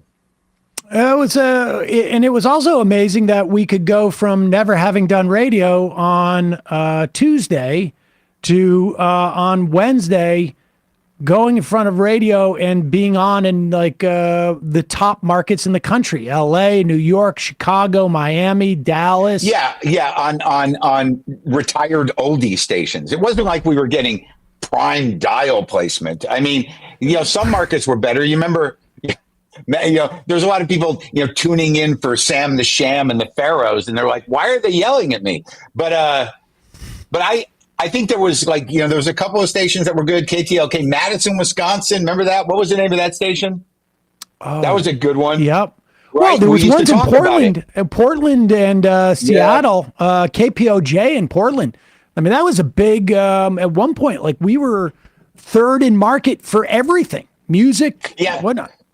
And then there was the problem with Stephanie Miller that I had, that eventually after, I got fired from Air America, I went out to LA and Brendan and I did an evening show there. But, Stephanie Miller used to go live in LA in the morning show, right? But just what was the issue? The issue was we used to go live in New York from 6 to 9. Right. And it would run in LA, but then they'd run it again for the morning show, right? In LA. So I was on in LA. It meant a lot to me. But then KTLK decided to have Stephanie go live in the morning and knocked me out. So at the end of my recording days, at the end of the show in New York, I would always take a shot at Stephanie. I would be like, all right, LA, well, have a good time with Stephanie Miller. And that bit me in the ass. Oh, yeah. No, I had a similar experience with Ed Schultz, who people thought was on Air America, wasn't. Do you remember? You called in that day, and we were going to Sirius XM, and Tom Hartman was going to be on the thing, but he had heard that maybe they were going to bounce him on the Air America channel for Ed Schultz, who was, sort of our competition. And I said something very innocuous that was something to the effect of I'm a fan of Tom Hartman's. If you are, let Sirius XM know that they should put Tom Hartman on there. And he sent me a very, very angry email. Yes, and he referred to himself. As Big Ed. And then I wrote back an email pretending that I did not believe it was Big Ed, and saying that he was a Hannity fan who was just an idiot, and this writer, and that's not the case. Big Ed would know that I wasn't doing anything untoward. And he wrote back, no, this is Big Ed. And I said, look at when you sent this email. Big Ed is on the air. Are you telling me that Big Ed would have done this at the break? He would have been that petty? Nice try. Go tell Sean Hannity hello from me. And then the next day he went on and had a huge on-air rant that I think you can still find. Ed and I ultimately, shook hands. Big Ed. But that was 8 years later. Big Ed. Yeah, I like that. Even when you say idiot, lightly, you still have the inflection that you have when you yell it. Even when you're yeah. Idiot. There's a range of idiot. Yeah, you did. Yeah. It's I think it's your best word. So Mark, what's next for you? I'm just going to freak out for 3 hours before I talk to an old Jew in front of 3,000 people. Outside of that, look, man, the podcast is still, going strong. I'm on a stand-up tour right now. There's, there might be some film and television in the future, but I'm starting to I don't know about you, but I'm starting to think in terms of when can I stop? Yeah, it comes up occasionally. Yeah, yeah, but I think my timeline's probably a little bit longer than yours. Well, why? How? Well, you're not that much younger than me. But here's what I'm learning. I'm not that much younger than you, but I'm saying, but I got kids. I got college, that's, and the whole thing. That was your mistake. But no, you're a good guy. I have mental problems. So I wasn't. I didn't take that as you saying I was not a good guy.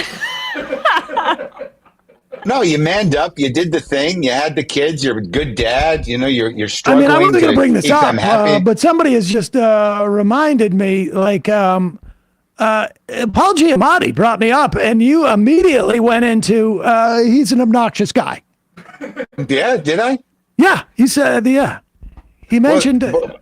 I thought that was a little bit rude. I wasn't going to talk about that, but. But wait, is there an argument there? All right. Touche. I don't know that I was saying it in a negative way. No, it sounded positive. It definitely sounded positive. We've had our time, Sam, but I think there's a lot of love there, and I always get a big laughs out of you, and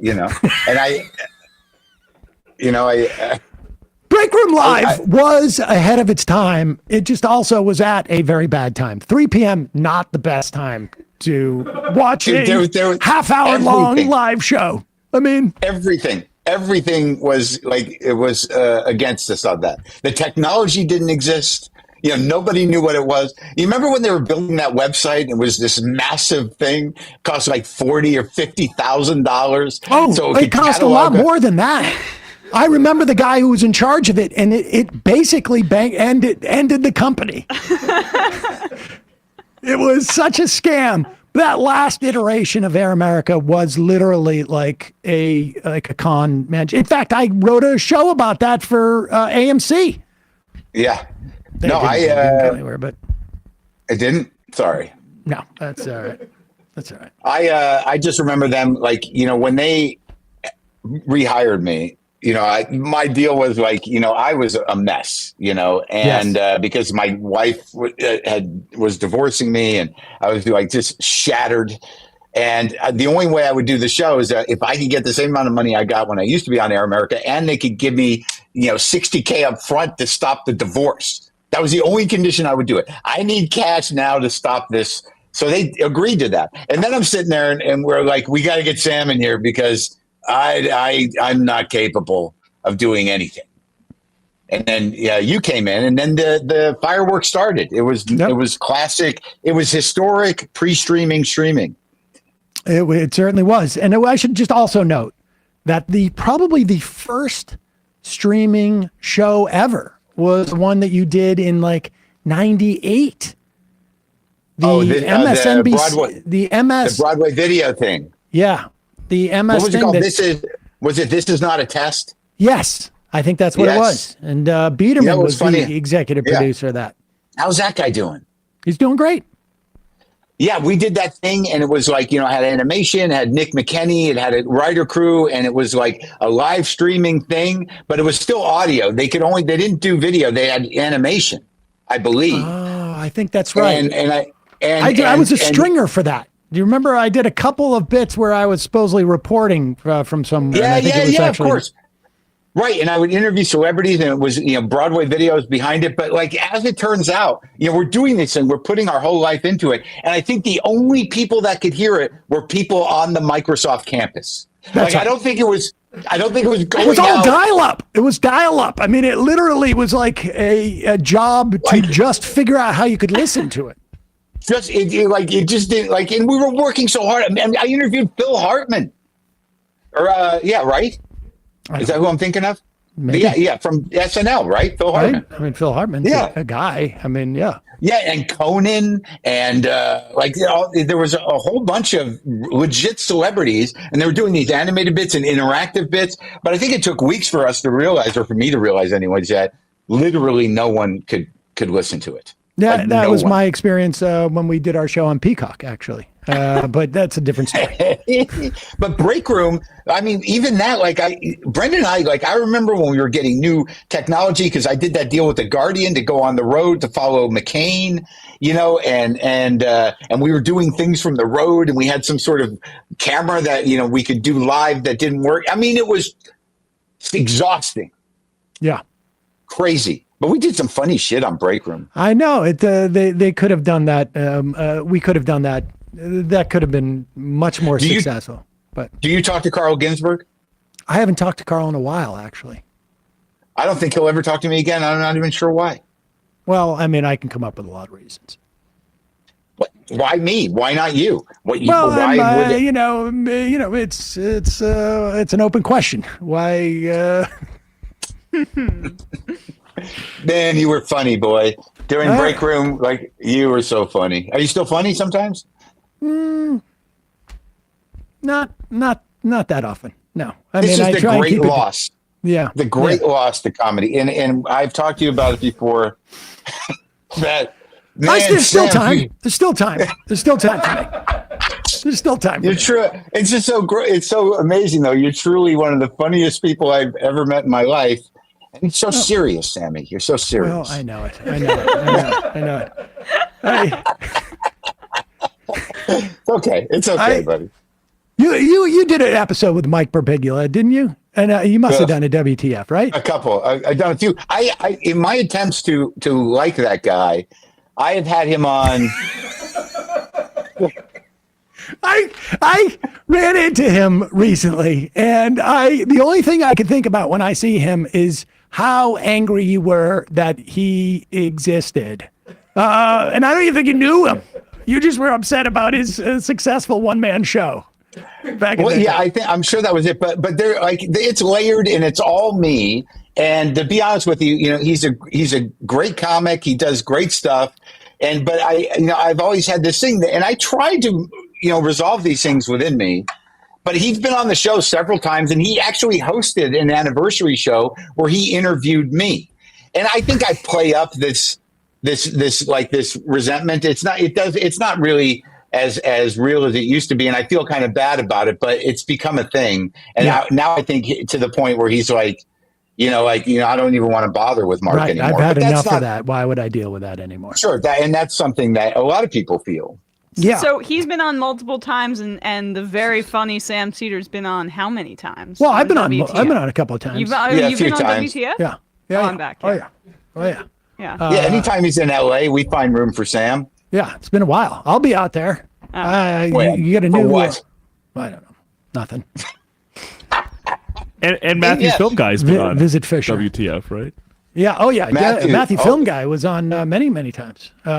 He had his break with us, I think, on Break Room Live, where he's actually making films, and then I used him on the early WTFs. A few minutes with Matthew. Matthew Film Guy was first in Bad Situationist. Yeah, he's your buddy. I hear from him occasionally. Yeah. Well, he's all right. He comes on once a month. Gives us he's a regular. Who else you see? Who else did I see? Oh, I just interviewed Janine. How's she doing? I haven't talked to her in a long time. I don't even know if I have her number anymore. Is she all right? Yeah, she's doing great. All right, but maybe we should have this conversation off air. Like we'll go through, no, this is what people want. This is the intimacy. This is the candid stuff. You know what I mean? Don't be afraid of it. Can I tell let me tell one more story about the in Break Room Live, and I know I've told this story on WTF, but the Patton one. Oh, tell me again. Like Mark and I, there was friction on Break Room Live because you were in a bad way, and you didn't like the fact that I was talking about politics, even though that's what my job was there. And and people can go back and watch those and hear you go like I'm talking about politics, and we're sitting right next to each other, and you're going.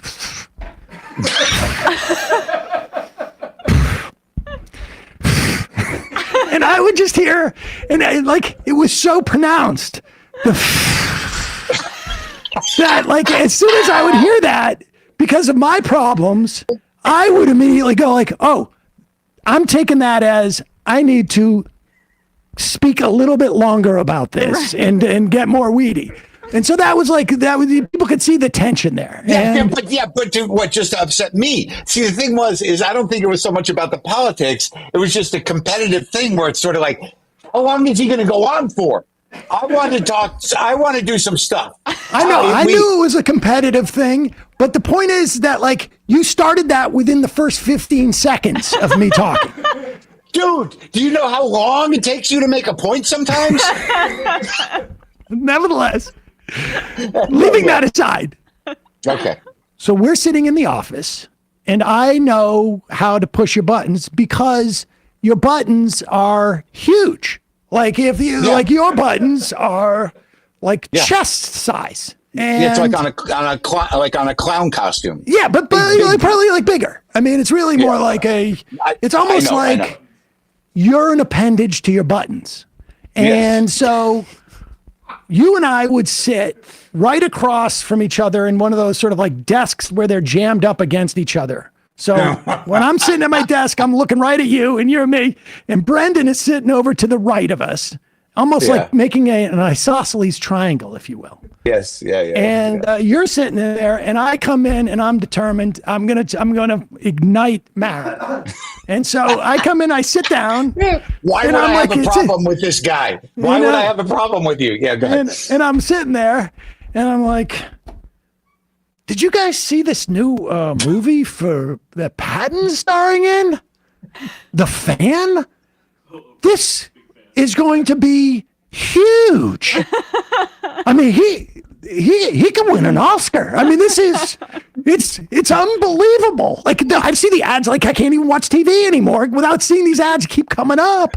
And it looks like he's doing a really good job in it. And that's all I said. And Brendan's looking at me. And 1 minute, 2 minutes, 3 minutes go by, 4 minutes go by, 5 minutes. We're in complete silence. And then you slam your laptop on the ground and go, where the fuck is all the promotion for this show? I can't fucking handle this. And you got up and stormed out of the room. And Brendan just looks at me and goes, great, thanks. Good job. Good job. I felt bad about that, but it was overwhelmed by how fun it was for me. And so then I felt good about it. Oh, it's okay. It was fun. It was funny. Man, you doing that thing with remember Charlie, what was it? Charlie Kirker? Yeah. Charlie. He was the last owner of Air America, I think. Yeah. When you were doing that, like, you remember that? Yeah, there was a sense at that part of the regime was just like everybody there was just basically like, yeah, like we had one executive who would see me who was like he was sort of like a right winger, and he just came in from radio, and we walk me down, and he'd just go like this.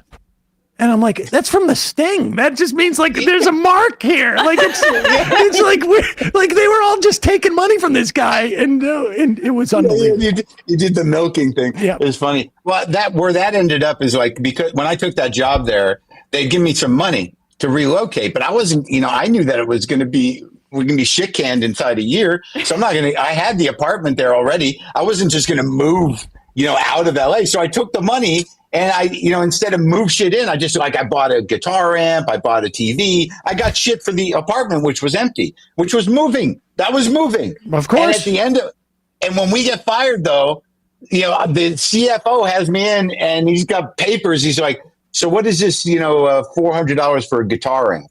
I'm like, are you fucking serious? This is what you're doing now? That's where that ended. Yep. That was Can impressive. we get that money back? Did you send it back to him? I don't think so. I saw Doug Krieger 2 weeks ago. Oh, wow. He came to a show when I did Terrytown. Oh, that's fine. He's all right. He's always a nice guy. Mark Maron, this has been a pleasure. Thanks so much for coming on, and have fun tonight. If you're in the D.C. area, I'm sure it's sold out by now, though, right? I think so. I never know. But yeah, it's at the Anthem Theater, and I'll be touring all across the country. WTFpod.com/tour. All right. Thanks, Mark. I love you, buddy. I love you. Good to see you. Bye-bye. All right. I'm going to call into the phone system, and we have another. Oh, shoot. That was the wrong thing for me to hit. But okay, here we go. Ladies and gentlemen, I want to welcome to the show somebody who has been a part of this show really since the very beginning. Okay. Here he is. Ladies and gentlemen, Kyle, do you want your last name? I never know if I should use your last name. Yeah, it'll just be Kyle. Okay. Ladies and gentlemen, Kyle is here. I've told this story many times. But Kyle, you've been listening to the Majority Report for probably 20 years, from like when you were 8. Yeah, I think 20 years of listening. In 2004, I started listening online. I was going to school in Rochester, New York. So I started way back. And tell everybody what you did. I mean, and I had no idea like who you were. I just got this email, and tell everybody this story. Yeah, so I think it was in September 2004. You were going on and on about Adam Nagorny. Yes. Like, for extended periods of time. And, I'm a web developer, software engineer, and I had the idea, like, is his name.com, adamnagorny.com, available?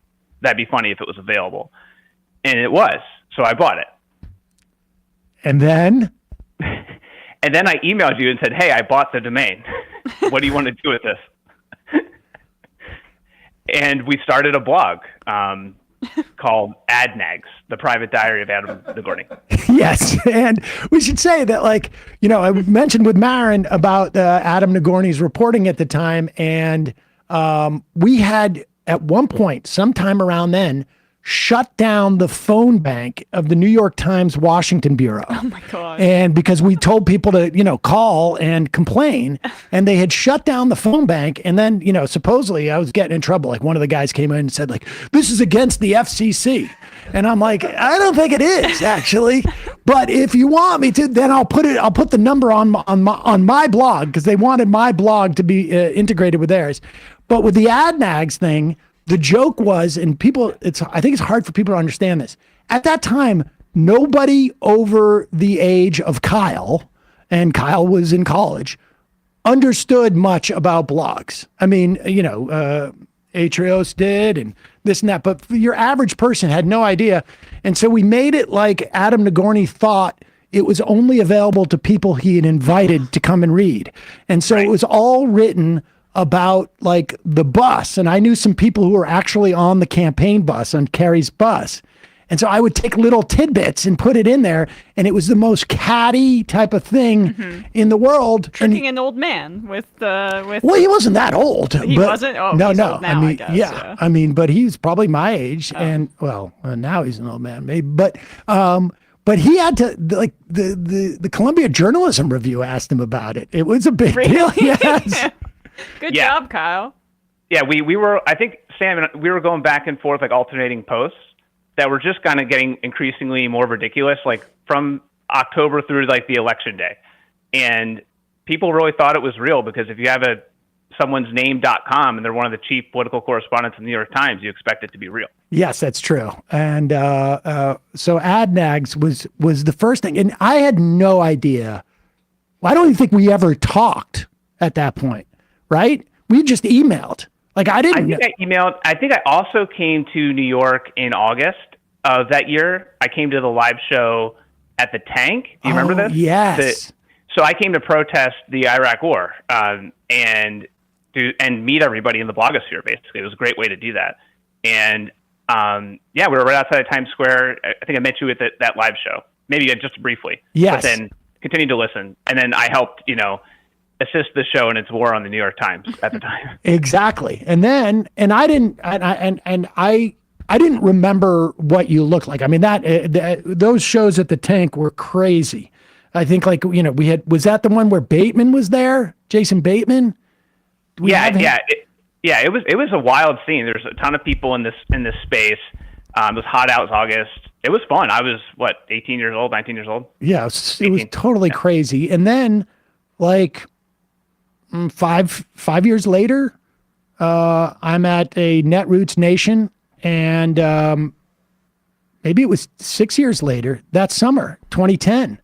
And Maron had launched WTF. Air America had closed. The writer's strike had basically had resolved. I was starting to pitch scripts again, but I didn't want to move out to LA. I didn't know what to do. And you came up to me. Where was it? In Minnesota? No, we were in Vegas. I think it was Netroots Nation in Vegas.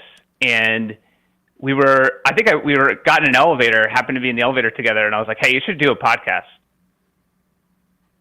And you were like, yeah, help me do it. I'll do it. That is not what happened. I said, and it was not in an elevator. It was in a hallway. And you came up and you like, hey, it's me, Kyle from AdNags. Oh my God. And he's like, you should do a podcast like Maron. And I'm like, yeah, but I sort of would like to get back on radio. I like to take calls. And you said, well, I can build you a call system. And I'm like, you can? And he said, yeah. And I was like, okay. And you built it. And then I felt like I got to do the show now.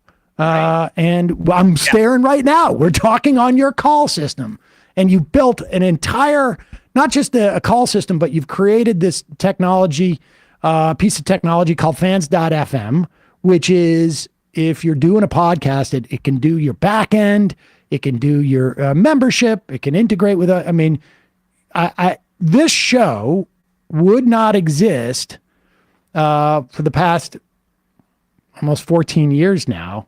This iteration of it would not exist were it not for you, Kyle. And so I cannot tell you how much I appreciate you making this all possible. Well, thanks. I mean, I'm a huge fan of the show, and I just wanted to see it continue. I now can't believe it's been 14 years, and I'm starting to look at servers that have been running for 12 years, and it literally is the only thing that makes me feel old, is this show. Is your servers? This, like, when I see it's been running since 2012, I go, it makes me feel weird.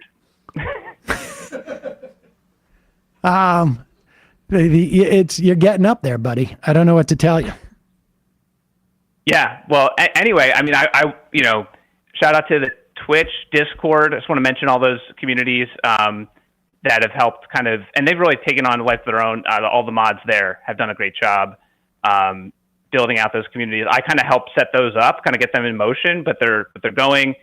Even the Reddit, I'm trying, and people are doing a lot of work there on the Reddit, trying to make that better.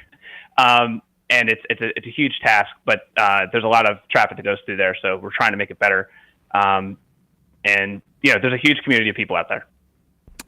Kyle, thank you again. I really appreciate it, man. And thanks, Kyle. I want to thank you in advance for the next 20 years of help that you're going to be providing us. Well, that's what I'm realizing, is that, and I now think in terms of like decades when I'm designing software, and it's true because a lot of it's been running for 15 years. So it really is crazy, how much time has gone by.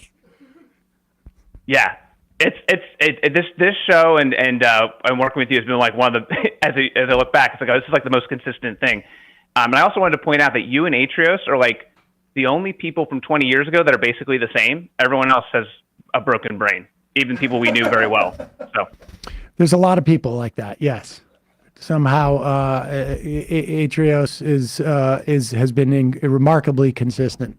I think it's if you stick with the same technology. Heather's. Yeah, I think Heather also. I put her in there too, but everyone She's also else on the same blog though. Yeah, right. Just don't change formats. Yeah. Yeah, there's people I've watched spin around the spectrum like on a yearly basis since then. So it's good that you guys are staying consistent. Thanks again, Kyle. Really appreciate it, and talk to you soon. Sounds good. Thanks. Thanks, Kyle. Bye-bye. Ladies and gentlemen, Kyle, whose last name will be nameless. All right, let's go to the phones. We got a calling from a 646 number. Who's this? Where are you calling from? Hi, Sam. It's Sean. Sean Benjamin. From? Sean Benjamin from your childhood, from college, and the guy you know. Oh, John Benjamin. Welcome to the show, John. How are you? Yeah, the guy from... I'm good. I just wanted to call and, 20 years, right? Yeah, 20 years. In fact, we opened the show with one of your voiceovers, the Majority Report that you're famous for. Yeah. It is hard to believe that 20 years ago, I came up with the idea for you to do this show. It is hard to believe. I mean, really hard. Like almost impossible to believe that. I mean, I'm insanely happy for you, but none of it would have happened if I didn't come up with the idea and compel you to do a political podcast when not a lot of people were doing it. It was a novel idea at the time, and I remember you being. I remember you. Let me finish. And I remember you being hesitant about it and reluctant to do it because you knew you might not be good at it. Yeah, it explains a lot. And it explains. I get to interrupt. And Emma, it's true. No, that's fine. Yeah. I mean, you weren't there at the time, but that was a rocky 10 to 12 years. Well, it just makes sense. I mean, he always kind of radiates this energy of like, I've got something to prove. I've got something to prove. And yeah, it's negative energy, but it's it's turned out fine. But I didn't, I'm not calling obviously to get acknowledgement that this whole thing is like I built this empire, but I did. I was the igniter to what is now the Majority Report, and I think it's great. And congratulations to you and to me for coming up with the idea to do it. Yeah, I mean, that is... Because, Sam, you can't have done what you've done without have been given the gift, of the idea. There would be no... Do you know what I mean? No. Actually, I don't. What was the idea? That radio exists? I don't understand what idea you gave me. The idea for you to do this show, this basic show, you being a doing commentary on the political.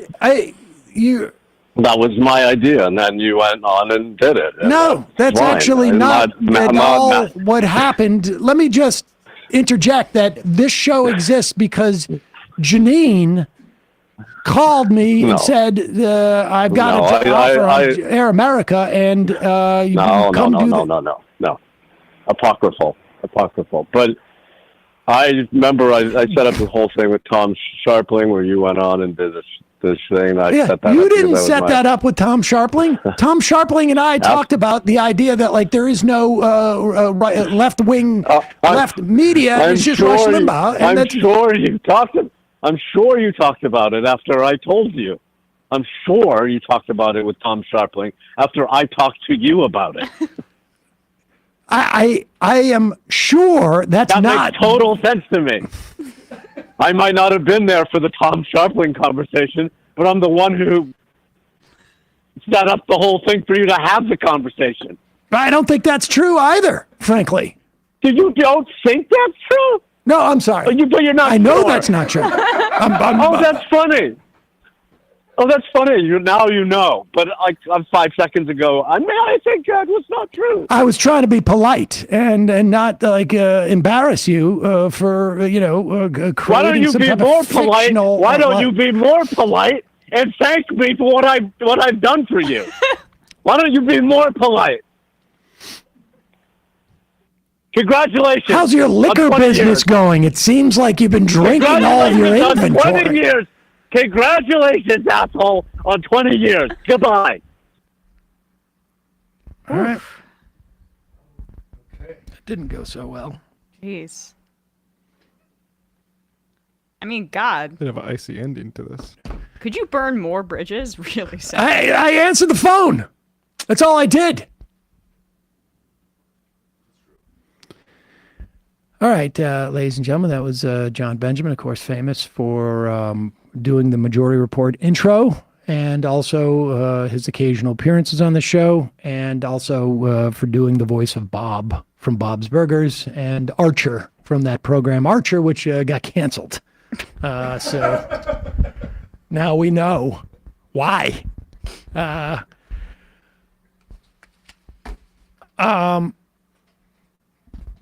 right. We got a special caller calling in. We'll go to this in just a moment. Let's cut to this and then we'll come back with it.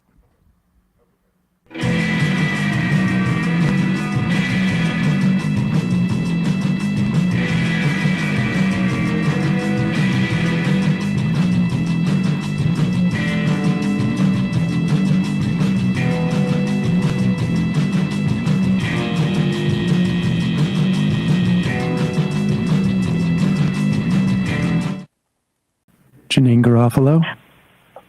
Hello? Who? Hello? I'm going to make you go, yes. Hey, Samuel, it's Kathy. Kathy? It's Kathy. Kathy Harris. Oh my God, Katherine Harris. Yes, it was 20 years ago today. Sam Seder taught the band to play. They've been going in and out of style, but they're guaranteed to make you smile. So may I introduce to you the act you know for all these years, Samuel Seder's Lonely Hearts Club Band. Samuel, happy anniversary, happy anniversary. The anniversary of Mark Maron's ascent into the podcasting world that we're celebrating today. No, this is not the anniversary. First off, this is not the anniversary of Mark Maron's ascent. That happened years later. Oh. Well, first off, we should say Katherine Harris. Yes. Hello. This day, actually, it was March 30th of 2004. What was the first Majority Report was on, but Mark Maron show did not start until April 1st, 2004.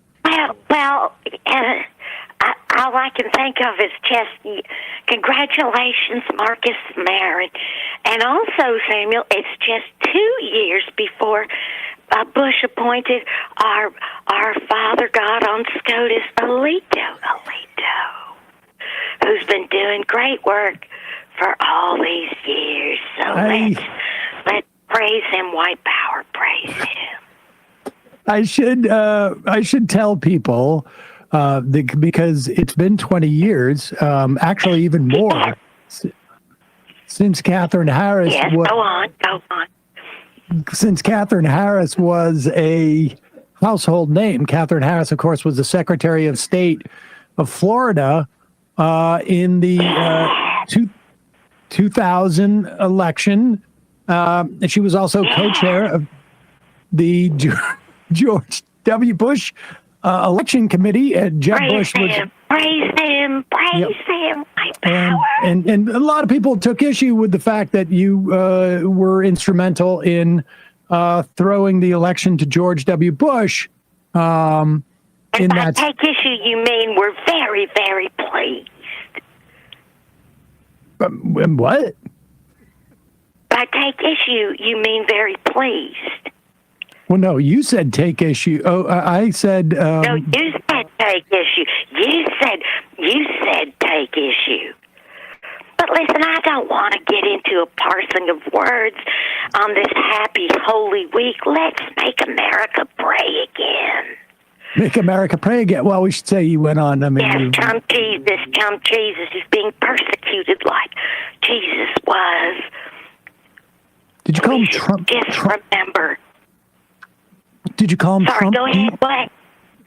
Donald Trump, the president. President Trump. Praise him. Let's make America pray again. And please don't forget to purchase his USA Bible, the only Bible endorsed by President Trump and the late Toby Keith and Chuck Norris. And please allow 18 weeks for delivery, and don't forget to read the fine print, meaning it may not come at all, like the sneakers. Are the sneakers not being sent to people? Well, did you read the fine print? It says, they might get there. Don't be impatient. They may or may not exist, but that doesn't mean you shouldn't buy them. Just like the Bible, it comes with the Bill of Rights and the Constitution and the lyrics to American Badass by Kid Rock. And, of course, Lee Greenwood is involved from the grave, I think. Is he dead? I'm not sure. I think he is. Anyway, Samuel, go ahead. Sorry. Well, it's been a while since we've spoken, and I guess I was gonna maybe get your take your pulse on the question as to whether Donald Trump is actually. Be careful taking my pulse. Be careful. Okay. I would know. I was speaking metaphorically. Where are you on the Donald Trump actually being president? You know that he lost the election. Where am I? Well, as I said, I've been working very closely with he and Rabbi Shmuley and his girl child, and been having people really enjoy their kosher erotica. And Sam, don't forget to purchase the Rabbi Shmuley dildos. We have a special commemorative Joseph the Plumber dildo in the shape of a wrench. And with that, you also get a necklace in the shape of a wrench. Praise him, Joseph the Plumber. Yeah, Marcus Boston also is issuing a True Blood commemorative dildo because of Vampire. He loves Vampire Bill. He wants to keep that alive. You remember how much Marcus loved True Blood. I do. Actually, speaking of Marcus Bachmann, I just saw Michelle Bachmann making the case that the Constitution was built upon Christian values. But you mentioned Marcus Bachmann. I should say that it came out that the guy who was suing Matt Schlapp from CPAC has dropped his suit because apparently they've worked it out. That it was all just a misunderstanding. Pick it up and get it dry cleaned. Did he drop his suit? Because the streets are full of bacteria. Are you taking your shoes off before you go inside your home? Because really, it's like a toilet seat. Yeah, but I was saying a lawsuit. Oh, I'm sorry. I thought you meant a suit. I don't know what you're talking about, a lawsuit. Samuel, we have always had this problem with miscommunication, and I'm on a landline, the only AT&T landline endorsed by President Trump. I'm confused by that. You do seem confused.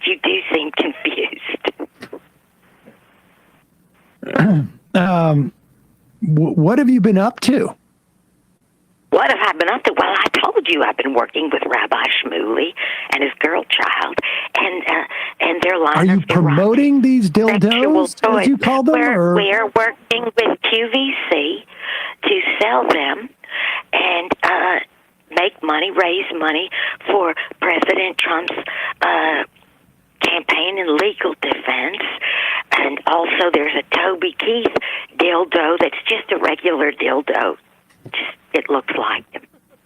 Praise him. God rest his soul. Well, wipe out. Well, I'm curious as to what your sense is of how things are going in the country at the moment. Well, I'll tell you how things are going. That gosh darn bridge, it's because of all the open borders. That bridge in Baltimore. Welcome to Joe Biden's America, people. Get ready for more bridges to break because you can thank the liberal conspiracy and the open borders for that. Well, I'm sorry. What do you mean by the liberal conspiracy? To deplete the infrastructure that President Trump is trying to shore up like the wall. I see. Did you know you can't even smoke on planes anymore, Sam? Jesus, I was on a flight recently, and the flight attendant said I could not smoke and/or vape on the flight. Again, welcome to Joe Biden's America. Well, wait. When was the last time you were on a plane? You haven't been able to smoke. You smoke on a plane. Everything's changed. It's all going to hell in a handbasket. I've got to look this up, but I don't think you've been allowed to smoke on a plane for decades. You would say that, wouldn't you? Well, I mean, I'd say it if it was true. You don't even know. You're not even. Listen, why don't you tell me what you've been up to with all those Generation Alpha people you work with, all those young people you work with, Generation Alpha? It was the 1980s. I'm talking about right now, Sam. I'm asking what's going on with you right now. But the 80s were a wonderful decade. My skin looked fantastic. I've lately, since I've gotten older, have had to switch to Jones Road makeup for a woman of a certain age and a certain income. I'm sure you don't know what I'm talking about. I have no idea what you're talking about. Well, you have to be more minimal with your makeup, Sam. You know, I used to enjoy a good deal of makeup. I would have a bold lip and a lined eye. But after a certain age, you have to let that go. You have to use a more user-friendly, as they say, makeup for a more mature woman. I see. Well, I mean, I guess it's been a while. I mean, what? Maybe you're getting up there a little bit. Haven't you been getting the pictures I've been sending you? I've been sending you the Hanukkah cards. Haven't you been getting my Hanukkah cards? As much as it pains me to do it, although I am pleased that Israel is almost cleansed, so Jesus will have an entrance strategy. Thank you, Bibi Netanyahu. Wait, you're saying Israel's cleansed now? It's getting there. It's getting there. Thanks to Bibi Netanyahu and all the good evangelical prayers that Jesus will soon be able to come back to the Dome of the Rock. And are you making plans? A lot of people are upset about what's going on in Gaza, not to mention what's going on in Madonna's face. Have you seen what I'm talking about? I've been looking at what's called a YouTube. Have you heard of this, Sam? YouTube. I hope I'm pronouncing that correctly. YouTube? There's a thing called YouTube. Is that what? YouTube has been around for also 20 years. Really? Well, I just found out about it because I had to cut my own hair. Here's for why, Sam. My thyroid doesn't work anymore, so my hair gets a lot of what I call unsolicited dreadlocks. So I have been unable to get them out. So I was using a product called Cowboy Magic, which they use on animals with matted fur. That's true. And it was taking a long time, so I had to cut the knots out. And then my hair was all of different lengths. And so I thought, or I had heard that you could learn how to cut your own hair on the YouTube. So I went to the YouTube to get a haircut tutorial. And it works, sort of. I didn't really do it right, but I think it would have. And then lots of things get presented by this gentleman called Algorithm. Have you heard of Algorithm? Algorithm? He's a gentleman that works at Algorithm. Algorithm is not a person. YouTube. No? No, algorithm is a mathematical calculation. It's like a... Well, that's not what I heard. But anyway, Al keeps putting things in Madonna's face. I mean, I want to say face, but it's not. I don't know if you've seen the latest iteration of her face. But here's the thing about plastic surgery, Sam. It's like a game of 21. Just stick at 17. Don't say hit me, because you're going to lose the house. And her face has clearly lost the house. And I don't like this kind of talk. I have a lot of compassion. A lot of compassion. She has dysmorphia, I think it's called. And something's gone wrong. I have the same compassion for her as I do for the singers of the Ozembic song. Oh, oh, oh, Ozembic, you know. Do you think that was their dream as singer-songwriters, to sing a pharmaceutical jingle? I'm not sure that it was. So this is what I've been thinking about Marcus, too. He's the one who's the most upset about Madonna's face. He loves Madonna and Cher. You know that about Marcus. He loves Cher and Madonna. I was not familiar with Marcus Bachmann's love of Cher and Madonna, but I will take your word for it. Really? And he loves ABBA. Anyway, Sam, I'm going to stop talking. You seem to be absolutely at your wit's end right now. Are you overwhelmed with the anniversary of the majority report? Is that what's happening? Is something wrong? There's nothing wrong. I'm just trying to catch up with all these stories that you're talking about. You've cut your own hair from a tutorial on YouTube. I have to, Sam, because my thyroid doesn't work anymore. After a certain age, your thyroid can kick. And that's why I always say don't get physicals. Don't get physicals. Leave it, citizen. Because you really don't want to know. And then I found out that my thyroid doesn't work, and then my hair was thinning. I wish I was as thin as my hair. I'll tell you that right now. But why would your thyroid make your hair get matted down? Well, no, it makes your hair fall out, so you don't want to touch it too much. Oh, I see. So I was trying to avoid brushing it, and then I was getting unsolicited dreadlocks, and that's not right for me. I don't like dreadlocks on anyone, but especially white people, white power. And then I thought I need to get rid of them, so I started cutting them out, and then my hair was of all different lengths. Sure, if you like having scissors, it sounds like the best idea, but it might understand. You're the first person who said that. That's funny. People keep saying that to me. Am I to understand that you have a computer? Oh, no, I borrow Marcus's.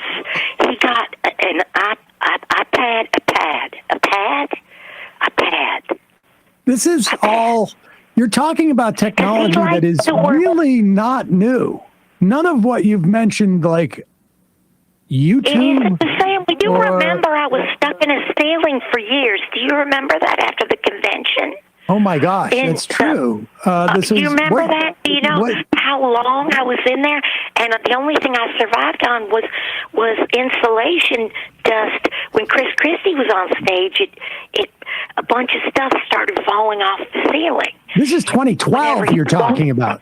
You were stuck in a ceiling at I was stuck in there for years. You don't remember? And I tried to call you. I mean, it's been some time. I had forgotten about that. But yes, now that you mention it. Well, I'm out now. Yeah. How long have you been out? Oh, probably 700 days. You're counting them around 700 days. Yeah, 700 days. I'm not real good with time. I heard there was a pandemic, and the only thing I know about the pandemic, I think the worst thing that happened was that the ply of Bounty paper towels was compromised. It's thinner now, like my hair. The paper towels aren't as strong as they used to be. That's what happened from the pandemic. Were you not aware of the pandemic? Oh, no, I was told about it. I saw people that were wearing masks, and for some reason, viscerally, I had a bad reaction to it. And then I kept hearing about vaccines, and viscerally, I had a bad reaction to it. This is not, I refuse to be told what to do. I am in the business, like most conservatives, of telling others what to do. You don't make me wear a mask. You don't make me get a vaccination. I tell you what you can and can't do. And then again, that brings us to Alito and Clarence Thomas, who luckily hates black people as much as his wife and he do. He hates them as much as the Republicans do praise him. And so that's been good. And I think that SCOTUS will keep fighting the good fight to make sure that the experts don't tell us what to do and what we can and can't have. That's the job of conservatives. Am I right, Sam? Praise him, white power. Are you talking about the Chevron doctrine? Oh, among other things. Of course I'm talking about the Chevron and Miss Erin Hawley and her good husband, Josh Hawley, and oh my gosh. And there's that wonderful Judge Kaczmarek in Amarillo, Texas, the Fifth Circuit. Praise them, praise them, praise them. They're going to, and those wonderful doctors and a few dentists who will be there to testify.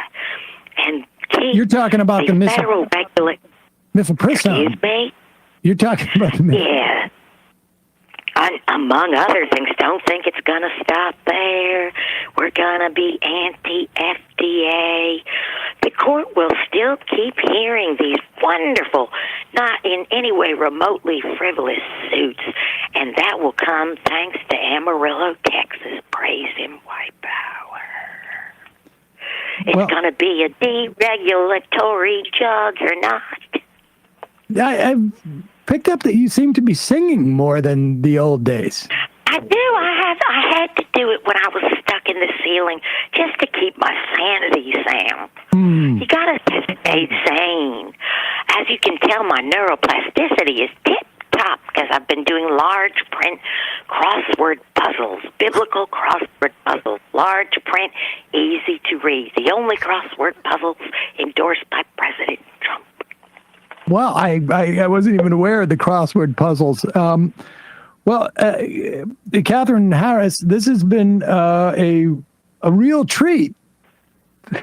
Katherine Harris, thank you so much for your time today. Thank you, Samuel.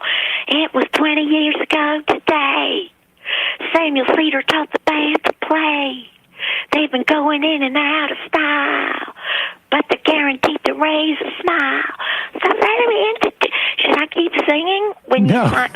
No. Is this happening in real time? Is it now? I've lost it. Cut. Bradley, stop it. Hey, ladies and gentlemen, that was unexpected call from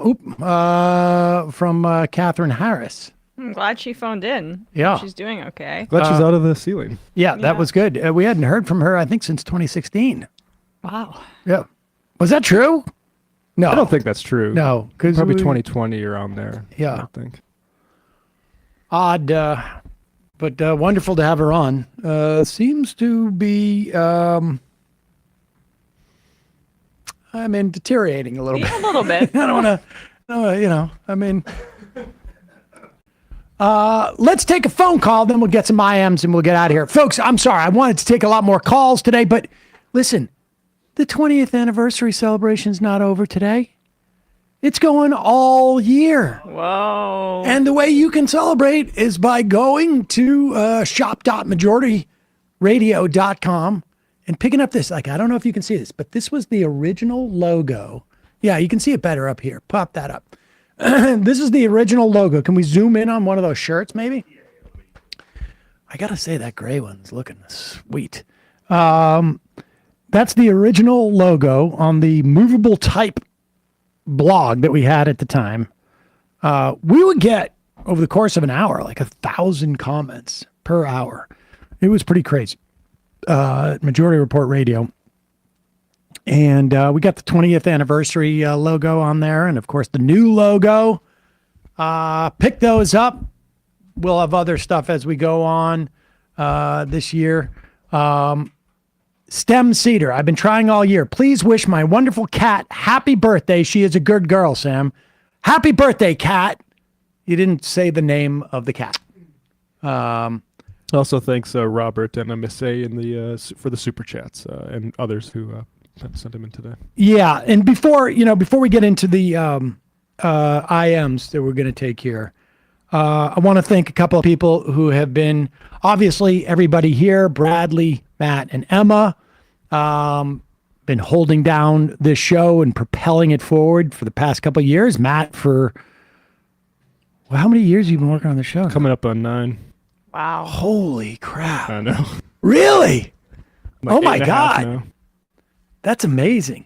I know. Matt needs a drink.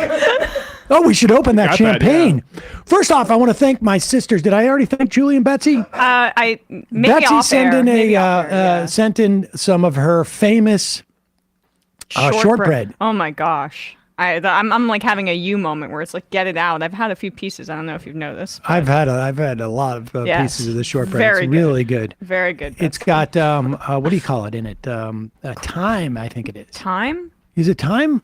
Or crack? I don't know. It's really good. And my sister Julie sent a very nice bottle of champagne, which we're about to crack open. Why not? It's after 2:30 here. Who likes champagne here? I'm a big champagne person. Why don't you open this? Oh, I should? Yeah. You should open it, though. No, you should open it because and do it away from the equipment. Okay. I would step back maybe. Well, I mean, I got to get it on camera. You can step back a little bit. And you want me to stand up? Yeah, you can go back. Just go back. Yeah, don't get it near the microphone. I'm sakes. plugged in. This is how the show ended. So I'm doing this part. But there we go. All right. 20 years. Oh, God. Long time. Whoa. All right. There we go. Happy anniversary, everybody. Oh, thank you. You want some? Okay. But I want to just, so I don't forget, Dorsey Shaw was the first producer we ever had on this show.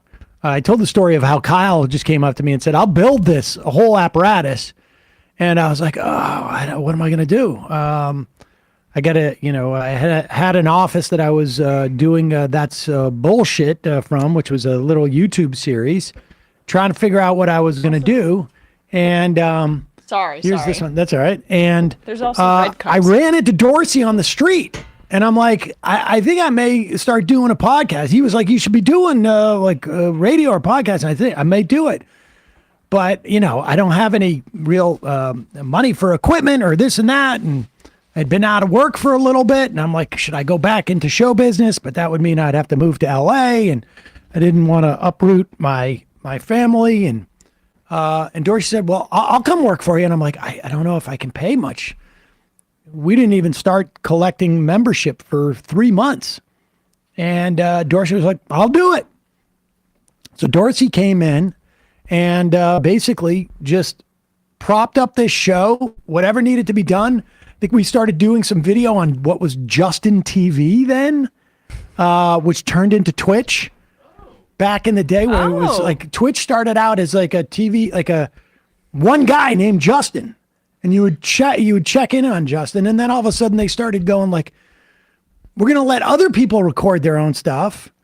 And then they realized like people were doing games, and then it became Twitch. But if you were Justin, would you feel like, oh man, I had the chance to prove it, and they decided I didn't have the juice to carry it on my own, and now they have to get other people in there? That champagne is something else. Oh, you drank it before we cheers. Oh gosh, sorry. Oh, sorry. Cheers. Cheers, 20th. Yeah, there we go. Bradley's over there. Bradley's off camera there. But I want to thank Dorsey. Dorsey then got a job offer from BuzzFeed where they could actually give him like actual real pay and bennies and this and that. And then he's come back to us and he's come back, after years. He's been here for now, I think 3 or 4 years.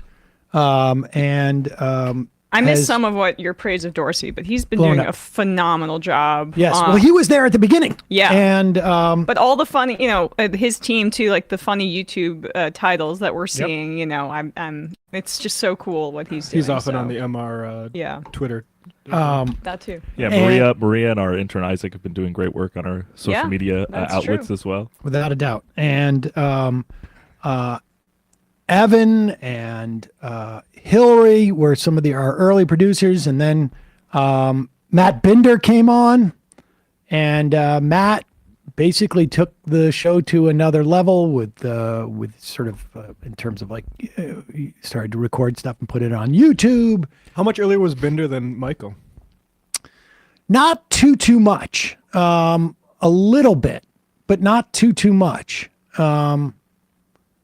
I think Michael came shortly after that. And of course, Michael and Matt were there building the show until we moved into this office. which was really, when things started to really, take off. Matt went on to bigger and better things. And Kelly came in, and Kelly and Matt,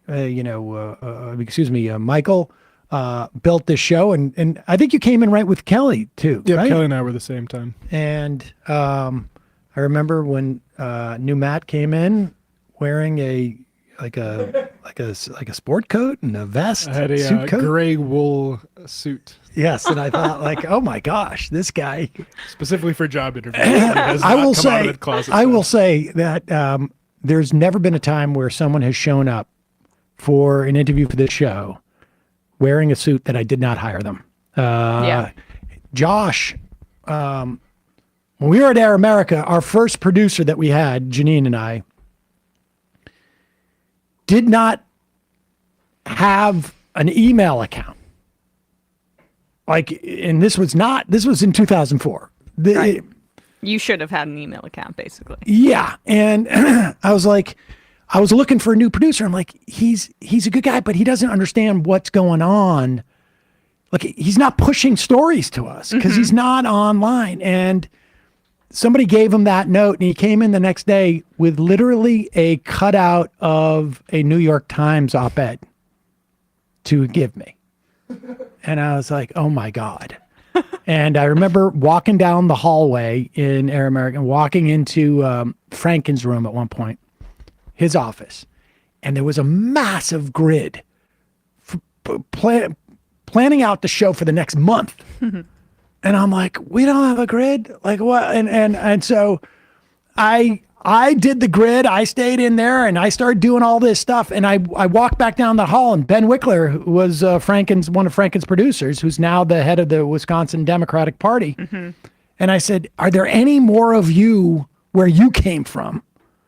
And he said, yeah, I know a guy who was working at that time for Gwen Moore. And Josh Orton, the emeritus of a Majority Report producer, came in from the airport with a rolling suitcase and in a suit. And I'm like, you're hired. But it's just a funny contrast to Matt wearing a full suit here, and then now, I mean, respect, but you're a sweatpants guy all day, every day at this point. Yeah, that's fair. He looked pretty dapper when he came in.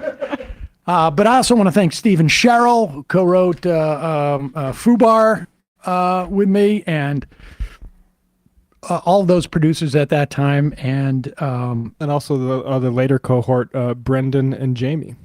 And then I was going to say, coming back into real time, Jamie was a big help and a big boost for this show. And Brendan, of course, was, I think, sort of professionalized everything and took us to a totally different level. Yeah, Jamie has to waste his talent on public health. Exactly. Goes and gets an advanced degree. Yeah. But Brendan was the first time that somebody stepped in and started locating guests and doing the packet. Prior to then, I had never sort of outsourced any of that in terms of what is the news today, and helped. So that was really great. And it also strikes me how much the show has changed over that time period, right? With so many people at the beginning being in comedy background versus what it is now, I guess. Well, with Janine and I, yeah. But after that, Michael didn't come from a comedy background, but he was just very funny. He was just very funny, and I think maybe he had done a little bit of that. But yes, the show has evolved, and it's constantly evolving. I mean, that's the thing that's fun about this, and go through different eras of the show, and hopefully we're doing more. Chris Burdick is saying. Right now, I'm thinking about your phone call with Richard Kind, who was a frequent Friday guest for a while, and Isabel Gillies, and Cliff Schechter back in the day, and Chris Rosen, and Nomi Const was a regular for a while, and who else did we have? And of course, Matthew Film Guy has been a regular for almost now 10 years and was Heather. And of course, Digby, one of those early bloggers that I found that has been like sort of a North Star, and Judy Gold, and Andy Kindler, of course. David Feldman. And David Feldman. And Ryan Grimm's Brandon been Sutton. pretty regular recently. Yeah. Yes. Start getting into David Dayan and all those folks. Oh, Yeah, yes. yeah. But, I mean, really, there have been producers really who have just made this show possible. And it's at the end of the day, that has been, the backbone of the show has been the producers who have been,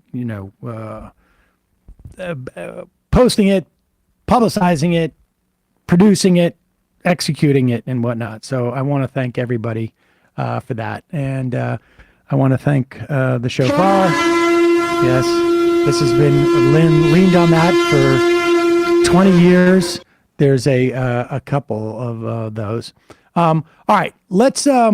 I don't know if we're gonna have time for calls. It's 2:50. I'm sorry, but like I say, this is an ongoing celebration, folks. The whole year, which will probably culminate with a live show in Brooklyn for the election. Oh, so we're officially teasing that maybe now a little bit. Why not? Why not? But soon too, we're going to do a membership drive with maybe like a first time special that we will do for the 20th anniversary. But that'll come. We're going to just spread this out. Like, sometimes like some people celebrate their birthday for like 2 weeks. Mm-hmm. We're going to do that with this 20th anniversary. I also just wanted to give a shout out to the YouTube and Discord mods and for their and Twitch. 100%. And Twitch mods for their invaluable work and for Totally. sifting through all of our comments and dispensing and disseminating all of the different information and fostering a great amount of community here. So thank you all. Yeah, Rumble mods got to do better. When the our Rumble mods are really dropping the ball, but when this show started on Air America, if you went to airamerica.radio.com and you click, there was a picture of a microphone. Okay. And you clicked on it and nothing would happen. The only thing that was there was a real audio player to stream, maybe not even on the first day. And my sister at that time was like, was getting a degree in like some of the like sort of user technology. That was the business she was in. And she built a movable type blog that had the logo we're selling on the T-shirt. That was it. And like I say, we would get like 1,000 comments an hour during the show. And then it was a huge community. We had, monthly unique visitors in like the hundreds of thousands, which was a lot for that time. Yeah. Particularly, just a tiny blog. We had no moderators. And the folks who moderate our Discord and our YouTube chat and our Twitch chat are carrying on a tradition, where the audience, this audience that we have, not only, you hear the phone calls that we get from people, incredibly thoughtful, smart callers, folks who send us stories, but also a community that really cares about each other. And, you can go into the Discord and you have a problem. You can't figure something out or you got a problem with whatever it is. There are folks there who are going to go out of their way to help you. And I'm really, more than anything, and honestly, on some level, like I feel like can take no credit for this because it's really just you guys in the audience. But I'm proud of like the community that has been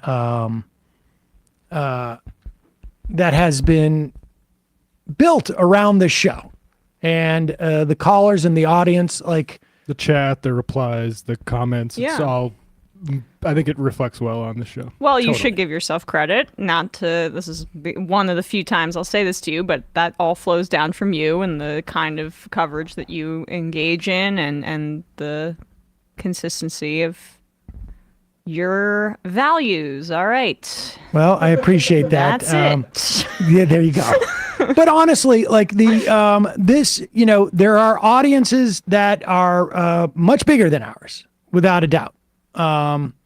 In this space, but I don't think that there's an audience that has more activists, more policy thinkers, more thoughtful people than ours. I mean, I'm amazed at how often like we will reach out to a guest and they're like, "Oh, I listened to the show," or I run into people who work for unions, who work for activist groups, or voting groups, who work in public policy, who listen to the show. And that is, I got to say, like more than anything, I think the thing that I'm most proud of.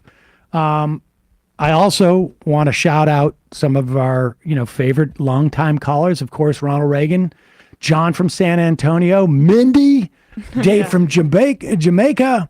And we'll have Greg. And Greg, Josh in Chicago, and we've had many, Jimmy Reefer Cake.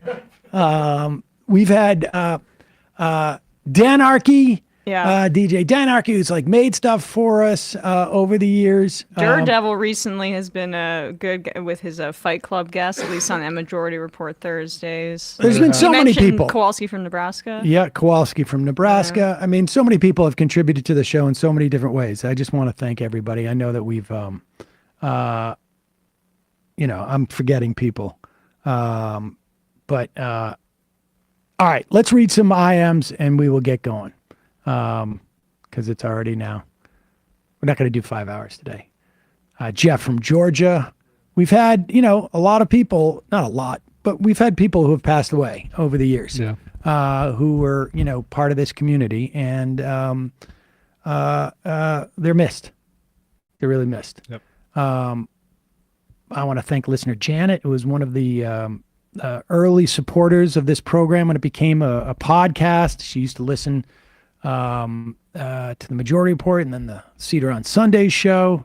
I don't want to say names of people who don't necessarily, but I hope they know who they are, who have like helped this show in times, to keep it going. So, Morella 622, also the original blog. I'll never forget it. Thanks, Sam. All right, let's read a couple of these and we'll get going. Lemonhead. Thanks for all the compliments, Sam, but some of the audiences also like to be smacked around, just FYI. John in Chicago, Mark the Shark coming out. Praise him, Katherine Harris. Oh, my God.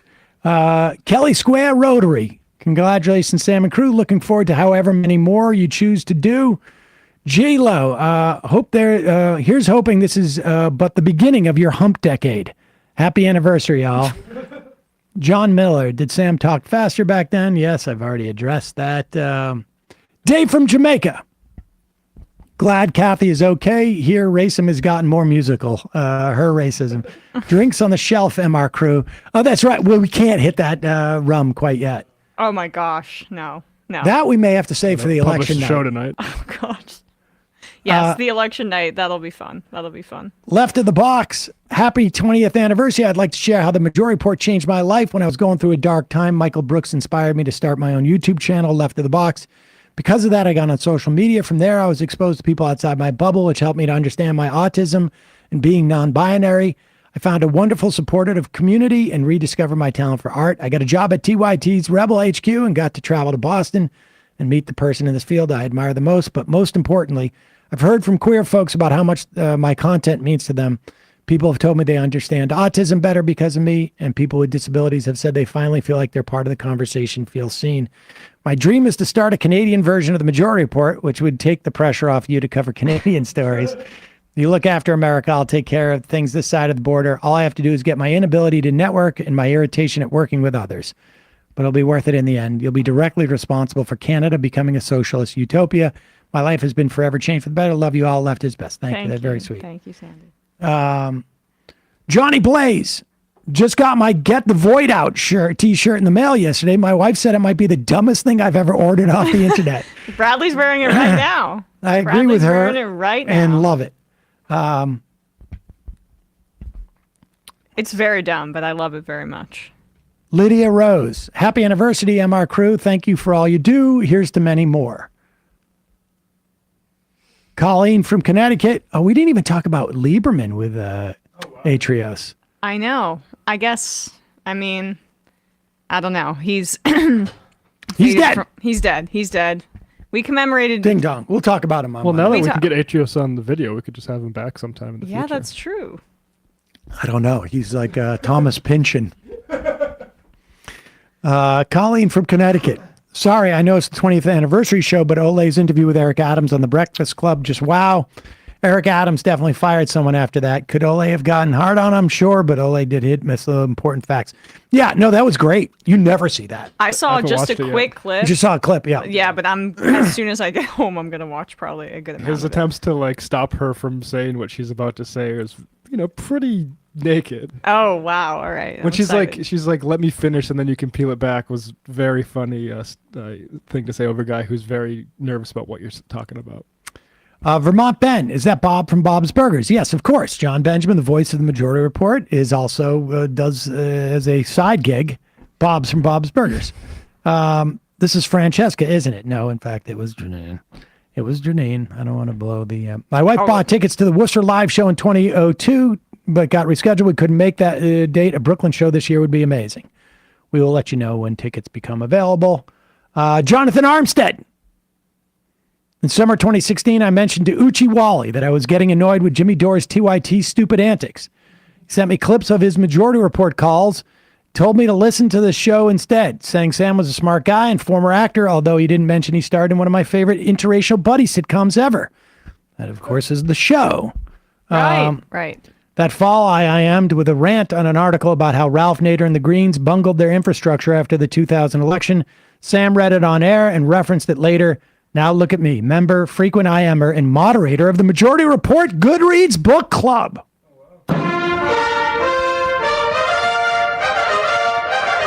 Thanks for the show, keeping me sane all those years and the constant slamming of Jimmy Dore. It's a twofer. Spocko. Spocko is a longtime Majority Report listener. Sam, I wore my white Majority Report hat to see Janine perform at Calm's Comedy Club in San Francisco. She said, Samuel will be happy to see that. I've been listening for 20 years. May you and the entire Majority Report extended family live long and prosper. Thank you. Yes, Spocko has been here for years and years. Epish. Solidarity from Milwaukee, Sam. You saw our labor movement on the ropes here when you went independent in 2011. And now we're taking on the regional business elites, finance, insurance, real estate, and getting big wins for workers. Milwaukee local elections on April 2nd will be a clear signal to the U.S. what self-organized workers can accomplish. You've been with us every step of the way, Sam. For a Hollywood guy, you've done pretty well for yourself. Thank you for all your dedication, working people and social justice around the world. Sam and the whole MR crew. Thank you. That's very sweet. A Square has been with us for a long time. Happy anniversary, MR. So grateful you came into the world 20 years ago. Still coming strong. Gracias. All right, let's read couple more. Militant apathy. Oh my God, 3 hours. I remember Mark. I thought we were going to go until like 5, so I was kind of shocked we wrapped it up here. I mean, I remember Mark making a short rib in his kitchen on one episode. Yes, he had like a cooking thing that was going on. All right, let's see. Do you want to read some of these too? Do you see some that you want to? I haven't checked. Let's see. Iowa Ryan, the Majority Report means the world to me. Thank you. You get me through work and teach me so much. Thank you. Let's see who else we got here. Tom from Yakubia. Sam, when I started watching the Majority Report 6 years ago, I was a couple months before I realized I'd been a fan from the beginning. Janine came on to do her Katherine Harris impression, and it dawned on me that when I was working for the faculty union at Cal State LA back in 2004, I was listening every day. Congratulations on 20 years, baby. Thank you. In its 20-year history, how long has MR been anti-Irish? Left is best, says Dave from Ireland. I mean, we started. That was the premise of the show, actually. Oh, yes. I got to thank this guy too. When we started streaming on YouTube, we had been using Pressure Drop from back in the day. Like the original thing, the sound that Janine and I, the song that we had picked was All You Fascists by Billy Bragg and Wilco from the Mermaid Avenue Volume 1. We switched it to Pressure Drop. I think that's what I was doing with the Sam Seder show. And when we started going on YouTube, we kept getting like demonetized because we were using something we couldn't do. And Ted Leo emailed us and said, he sent it in. Just he had done we were having trouble with it, like randomly in like 2017, and then like by the end of the week, Ted Leo had his own cover version. God. It was amazing. And so I imagine many of you know the pharmacist, and Ted was very graciously sent that to us and saved us. And then because that music, it gets me in the right frame of mind. And Ted just IM'd in. Happy 20th, MR Crew. Thanks for all the great work and laughs. I especially appreciate you not swapping my intro out for something by Tim Pool. So far, left is best. Now, of course, we put the audio filter on there. Oh, of course. But we turn it in reverse. To make it sound great. Well, some artists can withstand the filter and some can't. So. That's right. That was one of, I will say, the coolest moments working here is hearing that live in Boston. I was just going to say that was the so great. I have a video on my Zone. phone. I just was in awe. Like to meet Ted Leo and meet one of the guys from Dropkick Murphys was very, very it was cool awesome. for me. And the song is just catchy. That's the truth. And he played the live version of the pilot season thing, which also I got to thank Dave Derby because his music, which he originally did for some TV shows that I did, have been repurposed. So, I mean, there's so many people who have contributed to this show. It really is amazing. And longtime IMer and caller, haven't heard from a while, Jeremo. Still the smartest, Sammy, and you are the honest all the time. Thank you, Jeremo. I remember meeting Jeremo at one of the Netroots Nations, and that was really fun. It was really weird the first time, because I've been taking IMs even on Air America and seeing people's names on blogs, but when I met people for the first time, I could literally see their names floating in front of them. It was really weird. It was really weird. That's the way I remember things, is by reading. And so I can remember where stuff is on the page. It's very strange. But that's Train Boy. Happy anniversary. Here's to 20 more years. Okay, let's do 5 more of these and then we'll get going. Let's see. Oh, and Bullprog, thank you so much for all the work that you've contributed to the program as well. Bullprog writes in, congrats on 20 years, so much knowledge and many laughs. Sun's out, guns out, Sam's sassless chaps. Congrats, I've been listening for 20 years. Schwing State, I only heard about the show recently, watching R.M. Brown, the silly to learned pipeline. Happy birthday, MR. I'm in Europe trying to understand the insanity of the U.S. I've been listening for maybe 6 years now. Thanks for giving me the hope that you're not all going crazy over there. Well, yeah. We're right on the edge. Touch and go. Very touch and go. All right. 5 more. There's so many folks I wanted to get to here. Andy, Australia, stumbled across MR 3 years ago when going down a YouTube rabbit hole. Michael dumping on Dave Rubin. I've been a daily listener and member since. Only wish I would have found you earlier and had more live time with Michael. Love you guys all the way from Perth, Western Australia. That's way out there. All right, 5 more. Worcester Don Draper. My first exposure to Sam was listening to an episode of WTF Pod. I had no idea who he was, and they immediately started talking about Worcester's old industrial design as I was walking out of a repurposed carpet mill building, almost surreal. Glad I caught that episode. Between the 101 and the 5, I've only been listening for 6 of them, but it has been deeply impacted my life. Happy 20th, y'all. Star Fox. Can't watch the stream live today, but I want to try and get my happy anniversary IM if I could. Thank for all you do daily. All the love and support given when we much needed. Much love to the whole crew, even Bumbler. Left is goddamn best, Chief. Love it. And 3 more. Let's see what we got here. We got a lot of IMs. Christo. Oh, wait, that was Emma Majority Enthusiast. Thanks for giving me the sweet, sweet lefty porn to enjoy my shitty anti-union job.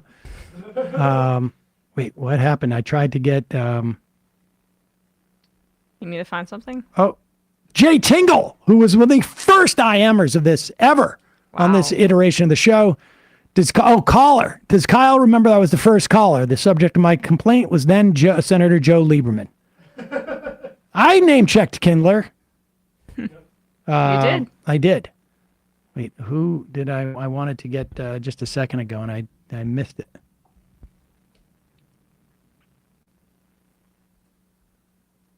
Uchi Wally. That email was sent the 27th of March, 2004. Wait, Uchi knows that email? Did Uchi work at that show? No. How would he know that? All right, 2 more. Let's see. Trying to find...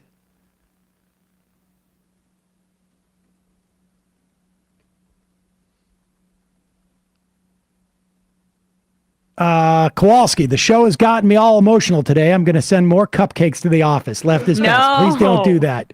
Please do not do that. Oh, really cool. La Poupée. Oh, remember that? Michael Polnareff, thanks for all the help. We went through a period of time where we would play the song La Poupée to go out with the show, and we played every single version maybe that existed, and there was because like the original started getting hit for copyright, so we went through like covers on YouTube that were like maybe 128-bit or whatever. Like, really crappy quality. It was very fun. It was amazing. We did a lot of those. That was a fun period of the show. All right. The final IM of the day. Week. And the week. And really of like the first 20 years of this show. We'll take more going forward, but let's see. Who will it be? Do you want to just pick a random one? You want me to? Yeah. Let me word search Emma. No, I'm joking. All right. Born Blue. I've been a listener since the Air America days. I remember when Milo was born. Love you guys. You're my sanity. I'm retiring this year and hoping for many more years of MR before Sam joins that club. That was a good one. And we'll give you this in retrospect. Folks, this goes out to all of you. Thank you for hanging with us for as long as you ever have. Really, really appreciate it.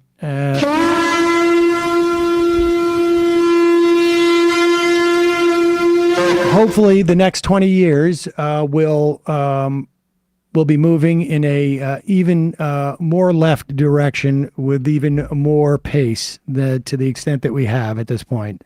There's a step and a half forward, maybe a step back dynamic, but maybe we can sort of up that to like 2 steps forward, 1 step back would be nice. Even 3 steps forward, 1 step back.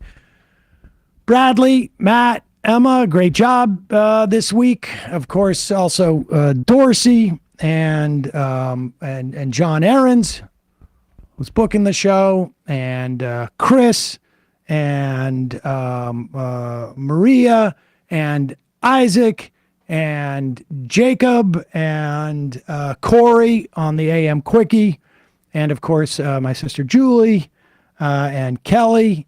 Thank you so much, and folks, we'll see you on Monday. It might take all the strength I got to get to where I want, but I know somehow I'm gonna get there. I wasn't looking when I just got caught between the truth and the light bar, but finding out won't make me feel any better.